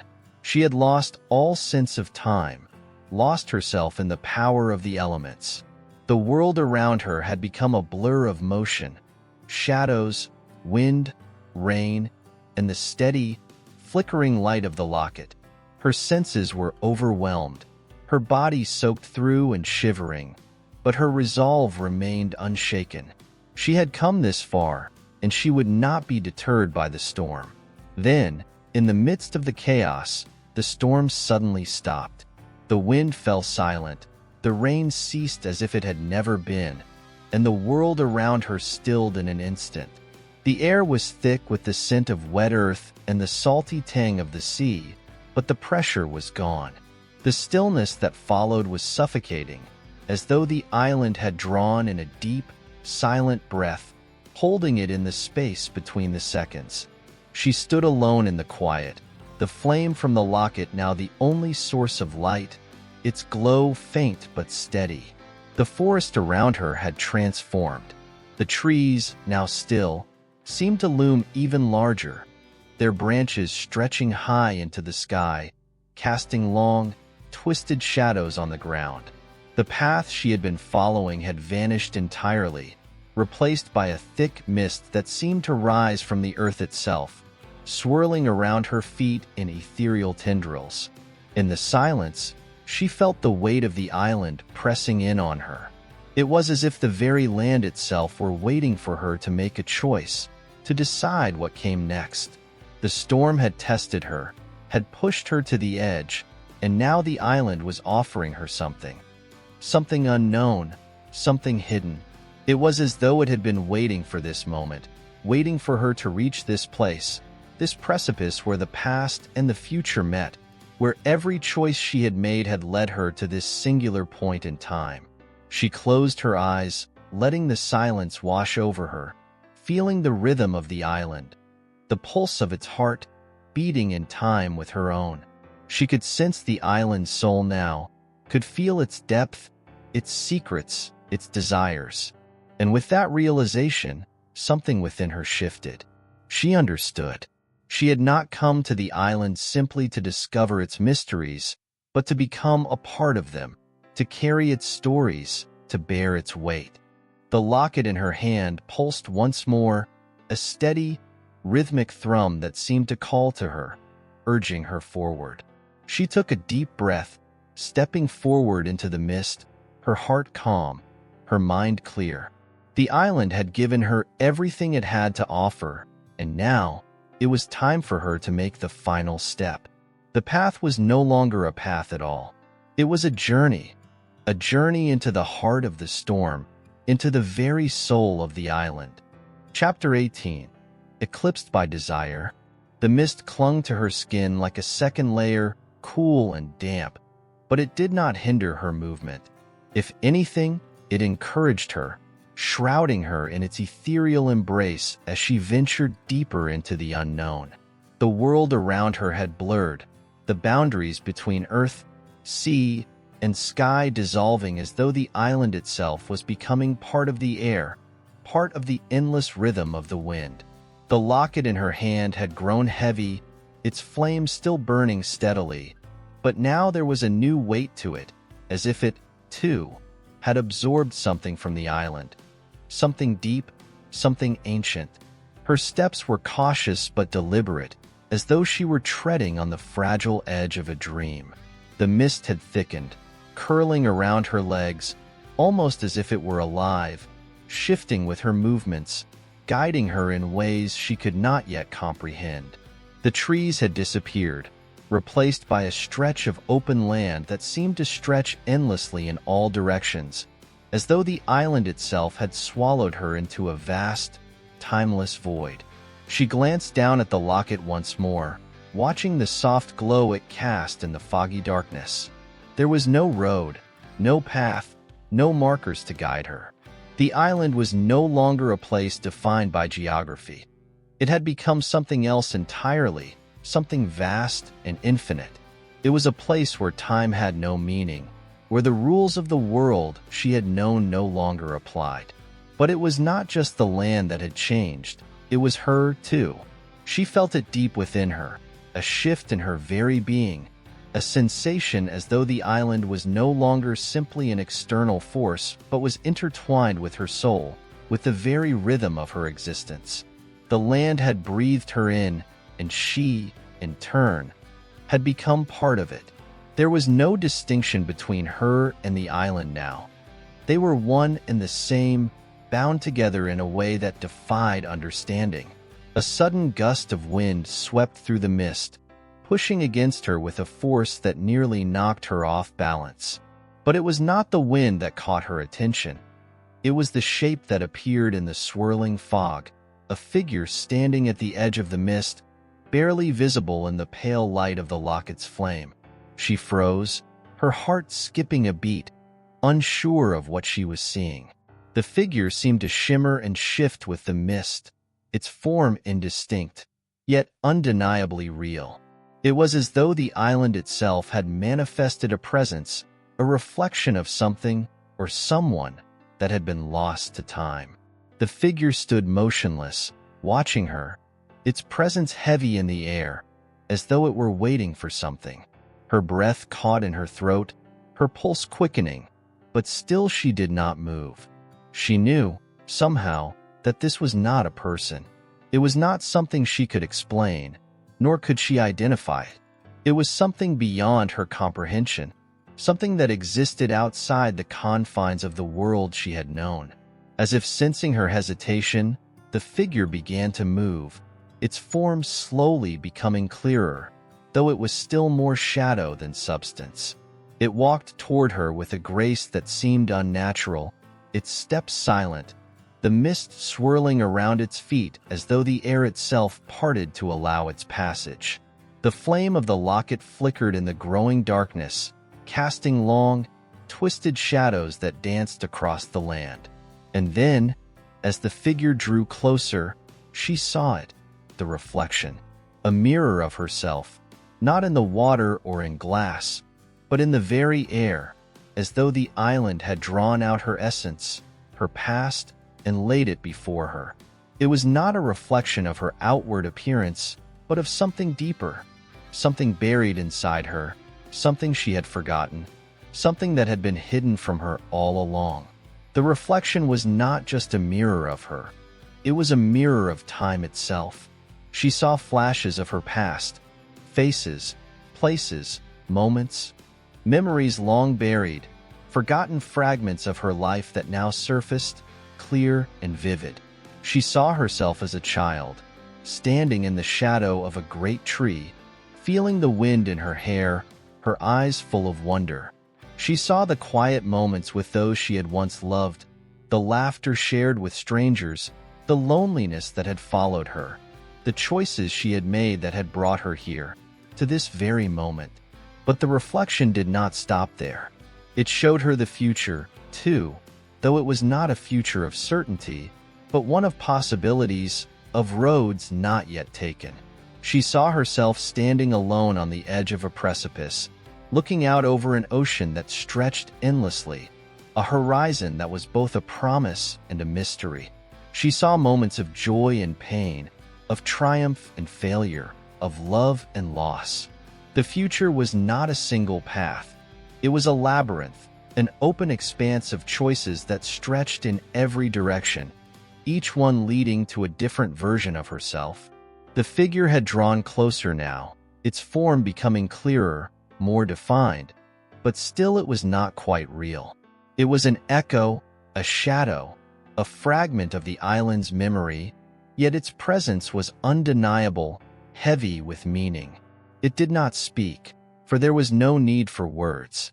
The island had already spoken through the reflection.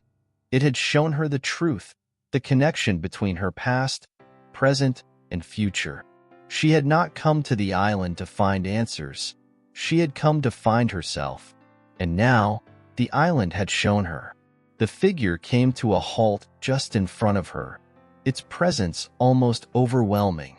It reached out, its hand close enough to touch, but it did not make contact. Instead, it held still, as if waiting for her to make the final move, to decide whether to accept what had been shown to her, to embrace the reflection of who she had been, who she was, and who she could become. For a long moment, she simply stood there, her mind racing, her heart beating loud in her chest. The flame in her hand flickered once more, its light growing dim, as though it too had sensed the gravity of the moment. The reflection in the mist shifted again, becoming more fluid, more elusive, as though it were slipping away, leaving her with a final choice. And with that realization, she understood. The island had not just shown her the reflection of time. It had shown her her own soul, the thread that connected everything, the past, the present, the future. And now, she had to choose what to do with it. The storm had been a test, the mist had been a veil, and now she stood at the crossroads of her own existence. She took a deep breath, her hand tightening around the locket, its flame steady once more. She knew that this moment was her own. She could not change the past, nor could she fully know the future, but she could choose how to move forward. The figure before her, the reflection in the mist, was not something to fear. It was a part of her, a part of the island, and together, they would shape the journey ahead. With a final glance at the reflection, she stepped forward into the mist, ready to embrace the unknown. Chapter 19. The Last Wave Song. The mist clung to her skin like a persistent memory, soft and cool, but it had lost its oppressive weight. Now, it felt almost comforting, like the gentle caress of a long-lost presence, familiar and welcoming. As she stepped forward, each movement seemed to create ripples in the fog, stirring the air in subtle waves that whispered against her skin. The island, once an enigmatic maze, had revealed its true nature to her, and with it, she had uncovered a piece of herself she never knew existed. The ground beneath her feet had shifted again. Where before the earth had been soft, it was now firm and solid, as though the island itself had reshaped in response to her understanding. She could feel the subtle vibrations beneath the surface, the pulse of the land, echoing in time with her own heart. It was as if the island was breathing with her, its rhythms matching her own, an unspoken connection binding them together. She continued forward, guided by a force that seemed to come not from the island but from within her. A force that had been awakened, nurtured by the storm, the mist, and the reflection of time. The locket in her hand burned brightly now, its flame steady and unyielding.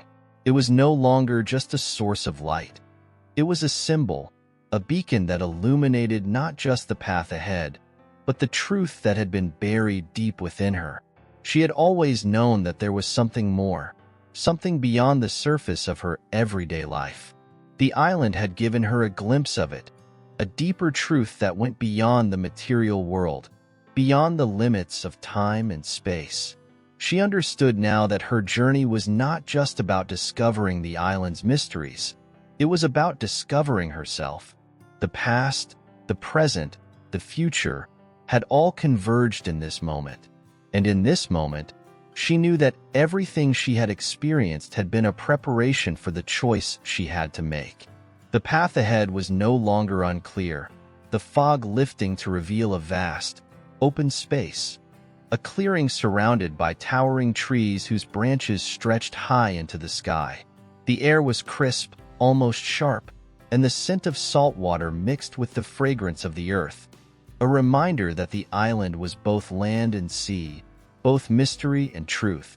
It was a place of endless possibilities, where the past was as malleable as the future. She felt no fear now, no hesitation. The reflection had shown her the myriad possibilities that lay before her, the choices she could make, and the paths she could walk. But the island had also shown her something else, the inevitability of change. There was no standing still, no turning back. She had already begun to evolve, to merge with the island in a way that defied logic. And now, there was only forward. The road ahead might not be clear, but she had the strength to follow it, to shape it as it unfolded. Her eyes turned toward the horizon, where the first light of dawn was beginning to break through the darkness. It was not a light that came from the sky alone. It came from within her, an internal glow that grew brighter as the world around her began to awaken. The first rays of sunlight pierced through the trees, casting long shadows on the ground, but it was the warmth of the light, the softness of its touch, that held her attention. It was the light of possibility, of renewal, a promise that no matter how long the night had been, dawn would always come. As the light grew stronger, the shadows began to recede, revealing more of the landscape around her. The ground was lush, thick with grass and flowers she had never seen before, vibrant and alive with color. The trees, too, seemed to grow taller, their trunks wide and sturdy, their branches heavy with leaves that shimmered in the new light. Everything around her was awakening, stretching toward the sun, as if the island itself were coming alive in response to the dawn. And yet, as beautiful as the scene was, there was something more to it. The island had always been beautiful, had always held a quiet magic, but now, it seemed to be part of a larger cycle, one that was older than the island itself, one that had always been in motion, turning with the rhythms of the universe. The island was not a destination. It was a waypoint, a place of transition where souls passed through, evolving with each cycle of time. She had been a part of that cycle, though she had not known it until now. She was not just a traveler here. She was a part of the island's story, just as the island was a part of hers. The sound of the waves crashing against the shore reached her ears, a rhythmic pulse that resonated deep within her. The sea, too, was waking, its waters rippling as the tide began to shift. It was as though the island was synchronizing with the world beyond it, aligning itself with the ebb and flow of the universe. The land, the sea, the sky, all were part of a larger whole, a dance of elements that had been in motion long before she had arrived and would continue long after she had gone. She took a deep breath, feeling the salty air fill her lungs, tasting the promise of new beginnings. The locket in her hand pulsed once more, its light shining bright and steady, illuminating the space around her. The world was changing, and she was changing with it. It was not a change that could be measured by time, but one that existed in the soul, a transformation that could not be undone.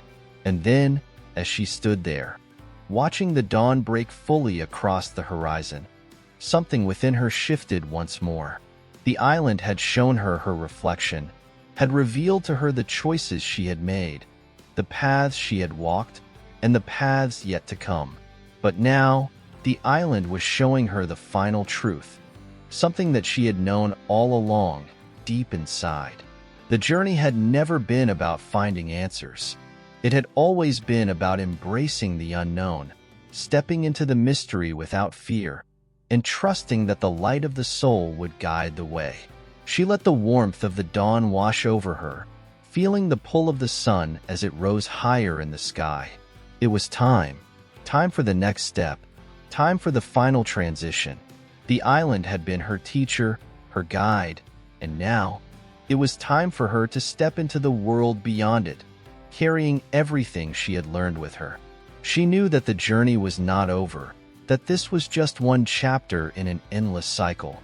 But she also knew that the path was hers to choose, and that she could walk it with the same light and strength that had carried her through the storms, the mist, and the reflections. The dawn was not just the beginning of a new day. It was the beginning of everything, and she was ready. Chapter 20. Eternal Ripples.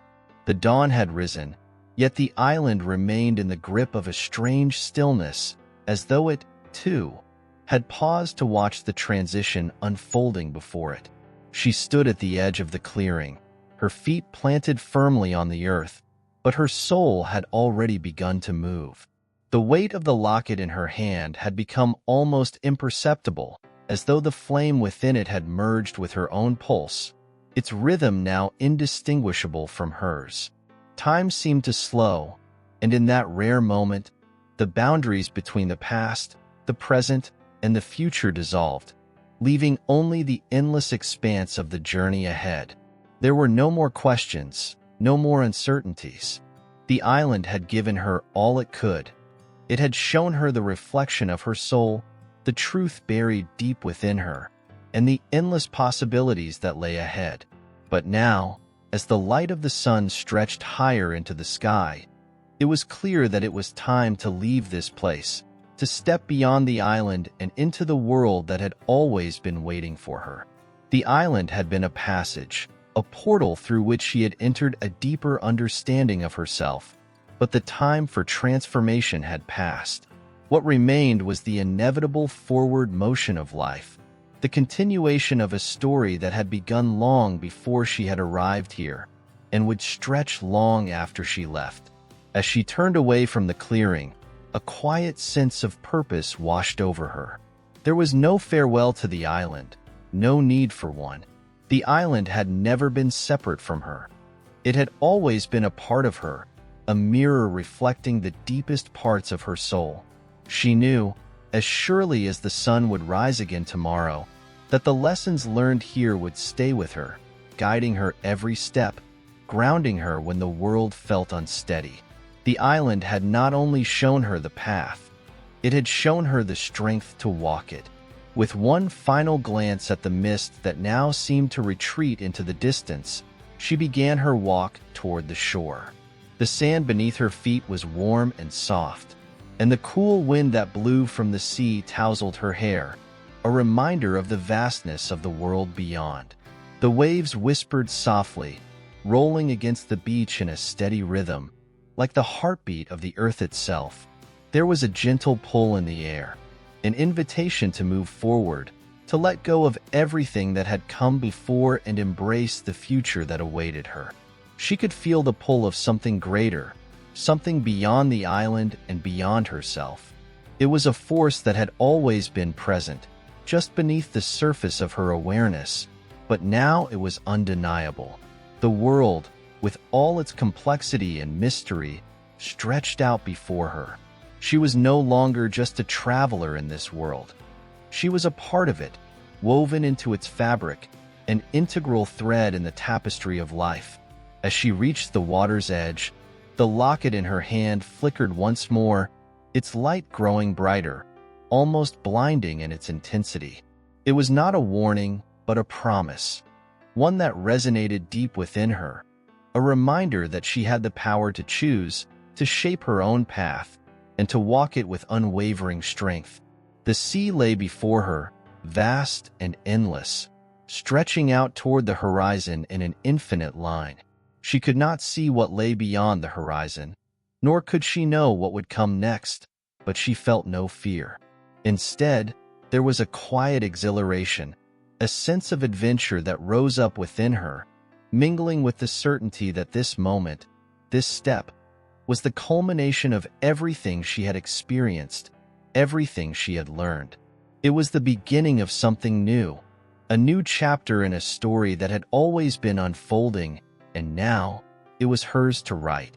She took a deep breath, filling her lungs with the salty air, and stepped into the water. It was cool at first, the waves lapping at her ankles, but she did not hesitate. The water was alive with movement, but it felt like a familiar embrace, a promise of renewal, as though the sea was welcoming her back into its fold. With each step she took, the water rose higher, but it did not overwhelm her. It moved with her, around her, as though it too recognized her presence, as though it had always known she would return to it. She waded further into the water, her feet sinking into the soft sand beneath, the sea surrounding her with its cool embrace. The horizon stretched before her, an endless promise of possibility, a reminder that the journey was not defined by a single destination, but by the constant movement forward.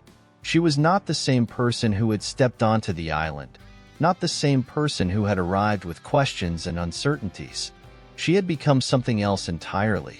Someone new, someone stronger, someone more in tune with the rhythms of the world, with the pulse of life itself. And as she walked further into the water, a gentle wave rising to meet her, she felt the island slipping away, becoming nothing more than a memory, an echo of the past that had shaped her, but no longer defined her. The sea was her new beginning, her next step, and she knew that whatever lay beyond the horizon, she was ready to face it. The sun climbed higher, casting its golden light over the sea, and for a moment, she stood still, letting the waves wash over her, feeling the warmth of the sun on her skin and the cool embrace of the sea around her. It was as if the world had come alive in that moment, the elements dancing in harmony, each one playing its part in the symphony of life. With one final glance toward the shore, she turned her gaze to the horizon, where the world seemed to meet the sky, and took another step forward. She did not look back. The past was behind her, and the future was waiting, infinite and full of promise. And as she moved toward the horizon, the waves gently pulling her further into the vastness of the sea, she realized that the journey was not just about where she was going. It was about who she was becoming. The island had given her what she needed, the clarity to see herself, to understand her place in the world. And now, the world awaited her. A canvas yet to be painted, a story still to be written. She was no longer the person who had arrived. She had evolved, transformed, and now, she was ready to live out the story that had always been hers to tell. The island had shown her the way. The rest, the journey beyond, was hers to discover.